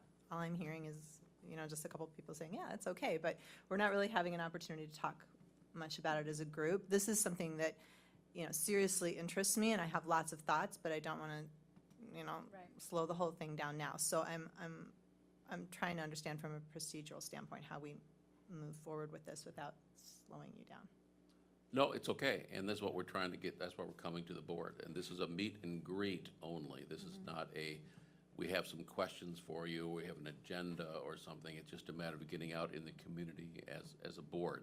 Oh, no, I was talking, Yeah. She Yeah, was speaking procedurally, generally. how do we do it? Oh. So The whole thing, let me- I- yeah. Let me answer that for you. Mhm. I think that a really great way to do this would be to put it on the agenda of a workshop. So we And want to talk have it, about community linkage in Cha- general. that or The meet and greet. something very specific, what does the meet and greet look like? So then we could workshop it, and then the board could task you with, okay, these are our parameters, this is what we think it should look like. So we could put that on our work plan. Okay. The idea that we had was that we'd get the general agreement that it's okay. We would go and do our work and bring it back at our next meeting, which in this case would be a workshop, to talk about what we have. We can. That hasn't been particularly to- successful in the past, but we could try. So it's just a directional, do you want direction from the board first? Or would you like to try to bring your ideas to the board and see if it'll have a go? Am I I think we need to interpreting get this? direction from the board first then, because we've already gone down the road I of think, what yeah, we've we got. tried it the other way. So, I mean, I would say that at a workshop, we could talk about this and, so Lauren said she's got ideas and so I think getting input from the board to the committee is probably the direction you want to go. Holly? One thing we did talk about is, do we have a little template that gets filled out by the board on why would we do something? What is the something, why? You could bring When? that forward. Okay, you know, so and that would maybe it's a be, broader discussion on community linkage as a board. What do we really want to get out of it before you send it to committee on specifics of how to do it? So I think maybe we have a broader discussion here, and maybe that's where the disconnect is right now, that we may not all be on the same page. yeah. I will say what's been successful in the past is when the board has said, go and do, and the committee does and comes back.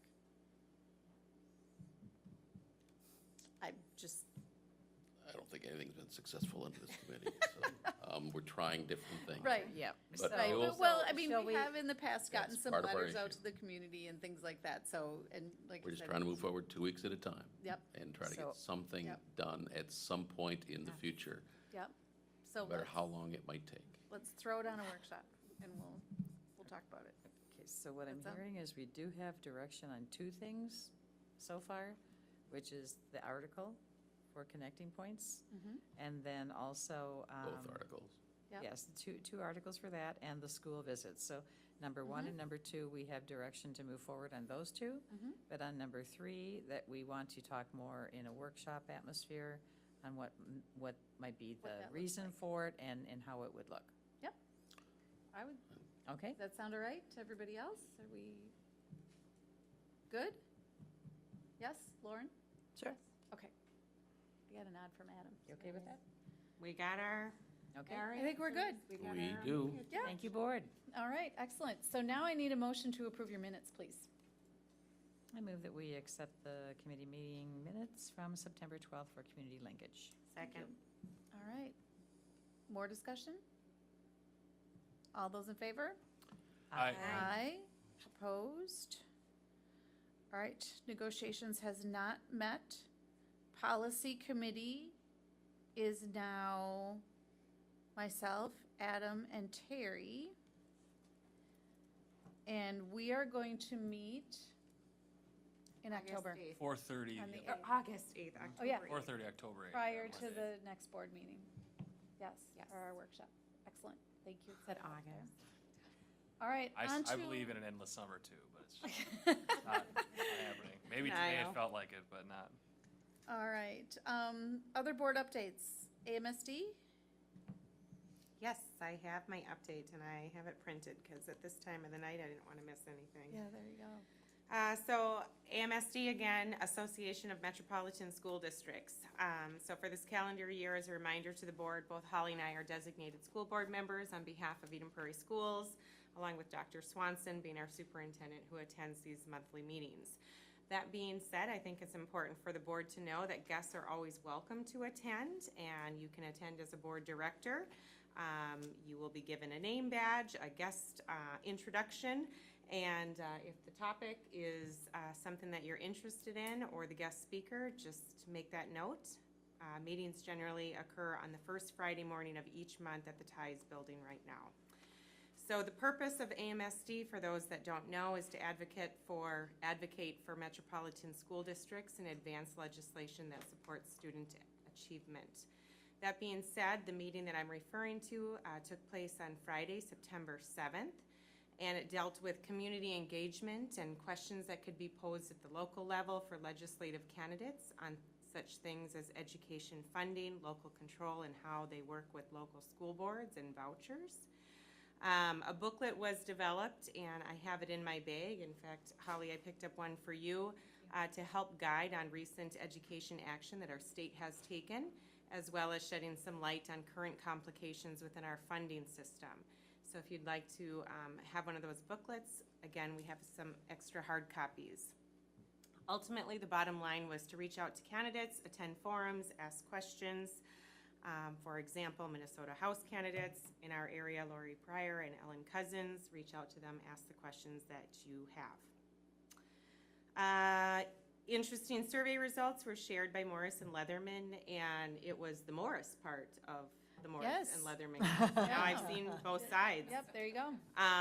It was titled Consensus Solutions in a Polarized State. So it was shedding some light on our political landscape, particularly within the AMSD districts area, as well as political party affiliation and the gubernatorial outlook that is taking place in Minnesota. Education was a top priority, followed by healthcare. 58% of respondents supported full state funding for special education, and I'm bringing that one up in particular because as a board, we also put our support publicly behind that. The other takeaway that I got was language matters, and I think as we potentially are entering into, maybe talking with our public and potentially asking for funding, we need to be careful with our language, and they use the example of the public is really, really against standardized tests, but they're really in support of proficiency exams. And so I think about that, and even the term achievement gap is moving to opportunity gap. We need to create more opportunities. So anyways, language matters, and the next meeting is Friday, October 5th. Awesome. Nicely. Thank you. Thanks. All right. We met?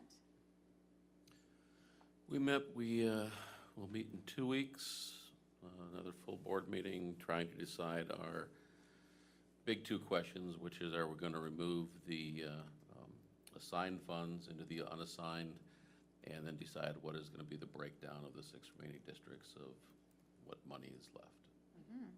Should be very entertaining. Anyone wants to come and watch that? You gotta sell it better. No, I don't really want to sell it any better than Bring that. popcorn, we're gonna, It will not be smooth, and it will not be 6-0, okay, okay? good to know. Oh, there's gonna Alright. be drama. See, you're getting there, See, there we David. go. He's trying. Be a lot of drama. On to 287, all I will say is that I'm looking for a volunteer to represent us on the 287 board. Sandy would like the company. So, that's important. Yeah, it is, and there's some issues and things coming up too that it would be good to have representation from our district there and as a Yeah. part of that as well, so. Yeah, so, anybody who's interested in that or has questions or wants to know when the meetings are, you can ask Josh, you can ask me. We'll figure it out. Well, they meet twice a month on Thursday evenings, and I Yeah. think that's something for this board to just discuss right now. Is there an opportunity for having more than one point person? Because that is a Yeah. bigger commitment. That is, so how would Um, that work for Sandy, do you think, if we had 2 people? Is that not an option? I mean, I Yeah, think just does that- knowing too. Ken on a board. I'll be honest, I don't think that's probably an option for them, but Yeah. I can ask the question, but my initial gut would probably be no. Yeah, and Thursday nights don't work for me anymore, so, I can't make a commitment right now either, but I feel, I mean, we're 6 trying to hold down. right. Right, lots of things. Yeah.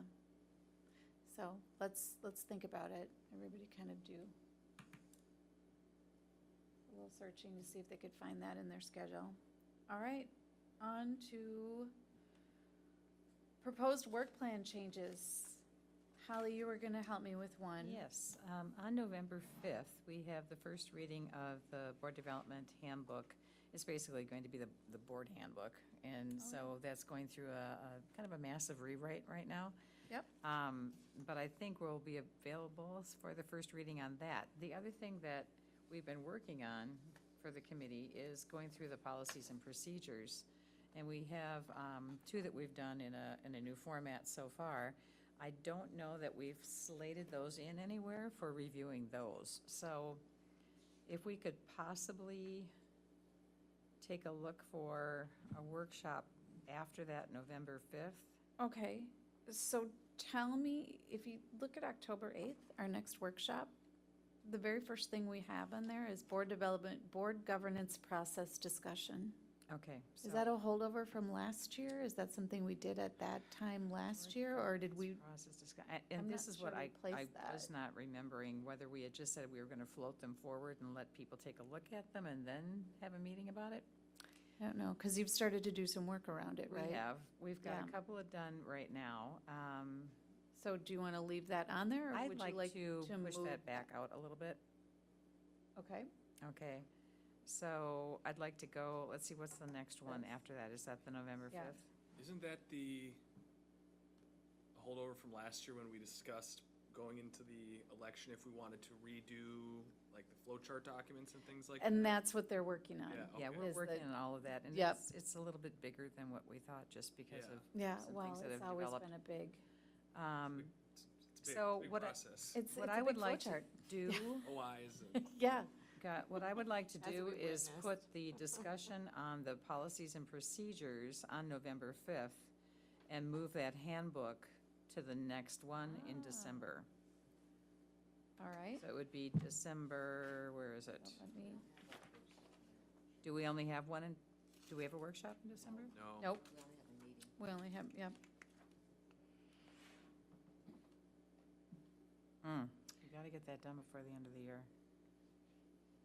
Shoot. Well, let me ask my partner in crime here, Lauren. Do you think we could possibly do everything on the 5th? Okay. So what we will do is we'll continue to meet regarding these individual policies, procedures, and then what I'd like to do is to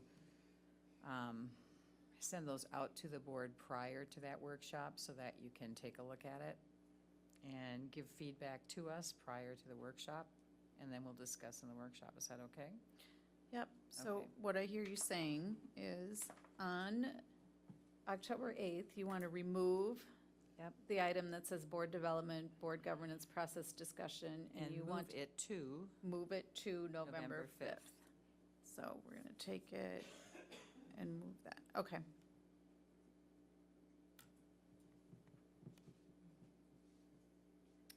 All right.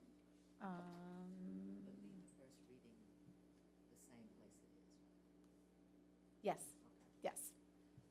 Thank you. Okay, so everything else in that workshop still works? Setting the stage for the 1920 budget guidelines? Jason's done with us. you're looking on the on the 8th of October? Okay, okay. All right, and then we have some policy monitoring. Does community linkage want to slide anything in there? Well, we're gonna have a discussion about a meet and greet.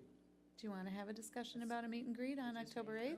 Absolutely. All right, then let's put that on the board workshop for, Want to skip any meetings? so community linkage is in charge of discussion.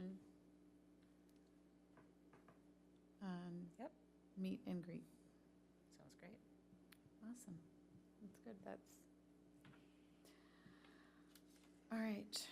We still have things in the placeholder, policy review placeholder. We had a few things come forward at the last meeting. So do we want to put those in the placeholder? I have the numbers. Hold on a second. Oh, yeah, it was 2.3, was it?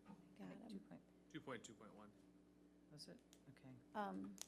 And 2.2.1 is in the, It's actually a new policy. I think we said we would call it 2.2.9. Right, so that it was a proposal for a new policy. Yep. So we have, actually, and the other thing that we talked about was adding a child policy under 4.5 as well. So I don't know if we want to note those in the policy review, just so that we don't lose them. Sure. Okay, Yep, it was addition of a 4.5.5, I Five, think, and then mhm. renumbering 6, 7, 8, and adding a 9. yep, and renumbering. Yep. And then, we did this at the last meeting. And then Mhm, a proposal for an additional 2.2.9. mhm. Okay. All right, so we will make sure that those get in the placeholder there. Does anybody have anything else? Any other changes? Well, the one we have down here on the post-secondary options, I think that was regarding the kind of the non-college, non-four-year college direction, and what are we doing right now as a district for those kids that aren't planning to go to four-year schools, what options are there? What kind of training? Do we have career day? Do we have Do we have like we have for pathways? college day? We have that, but do we have something that brings in the trade school days or the other things? So, I mean, we're all hearing in the news that Yeah. this country doesn't have enough workforce, skilled workforce. Minnesota really doesn't have enough skilled workforce. We're hearing about it a lot, so I think we need to quit deferring this, and I think we need to start talking about it. Yeah, so, But I don't know when you would be ready to really to tell us what you guys do, nothing Yep. really more than that. yep, Yep. we can get something plotted here. I want to pull in our high school staff Yes. to Right. pull Yep. that together. So I need to coordinate some dates and calendars and pieces, but we can work on that and come up with a proposed date to bring that forward. yeah, because I think it works in January workshop or Yeah, February January or workshop. February. would There be really isn't good. anything on there, so. Yep, I think Okay, good point. do you want that in workshop or do you want that brought back during a meeting? I was thinking a workshop, so we can kind of ask some Yeah. questions and talk, Yeah. otherwise Yeah. it becomes in an area that we maybe can't Yeah. communicate. Right. Well, Okay. and there's kind of room for it in the workshops, too. Sure. We don't have anything on those agendas anyway, so. Yep. Yep, you can do it there or board education, Yep. either one, so. Exactly. Mhm. Yep. we'll look at the workshop dates. Yeah, check your Excellent. team's dates and what's available and stuff. Yep, so we can do that. We're flexible. Okay. All right. So anything else? Are we good? All right, so I need a motion to approve the work plan changes. So we have changes to the workshops on October 8th and November 5th. And we have the addition of the items in the placeholder for policy review. Make a motion as read. Thank you. Second. All right. Any discussion? All those in favor? Aye. Aye. Opposed? All right, and I don't think we have any changes to anything else, so I would entertain a motion to adjourn. So moved. A motion to adjourn at 9:23. Do we have to Thank set you. the time? Yep. Need a second? Second. All right. All those in favor? Aye. Opposed? All right.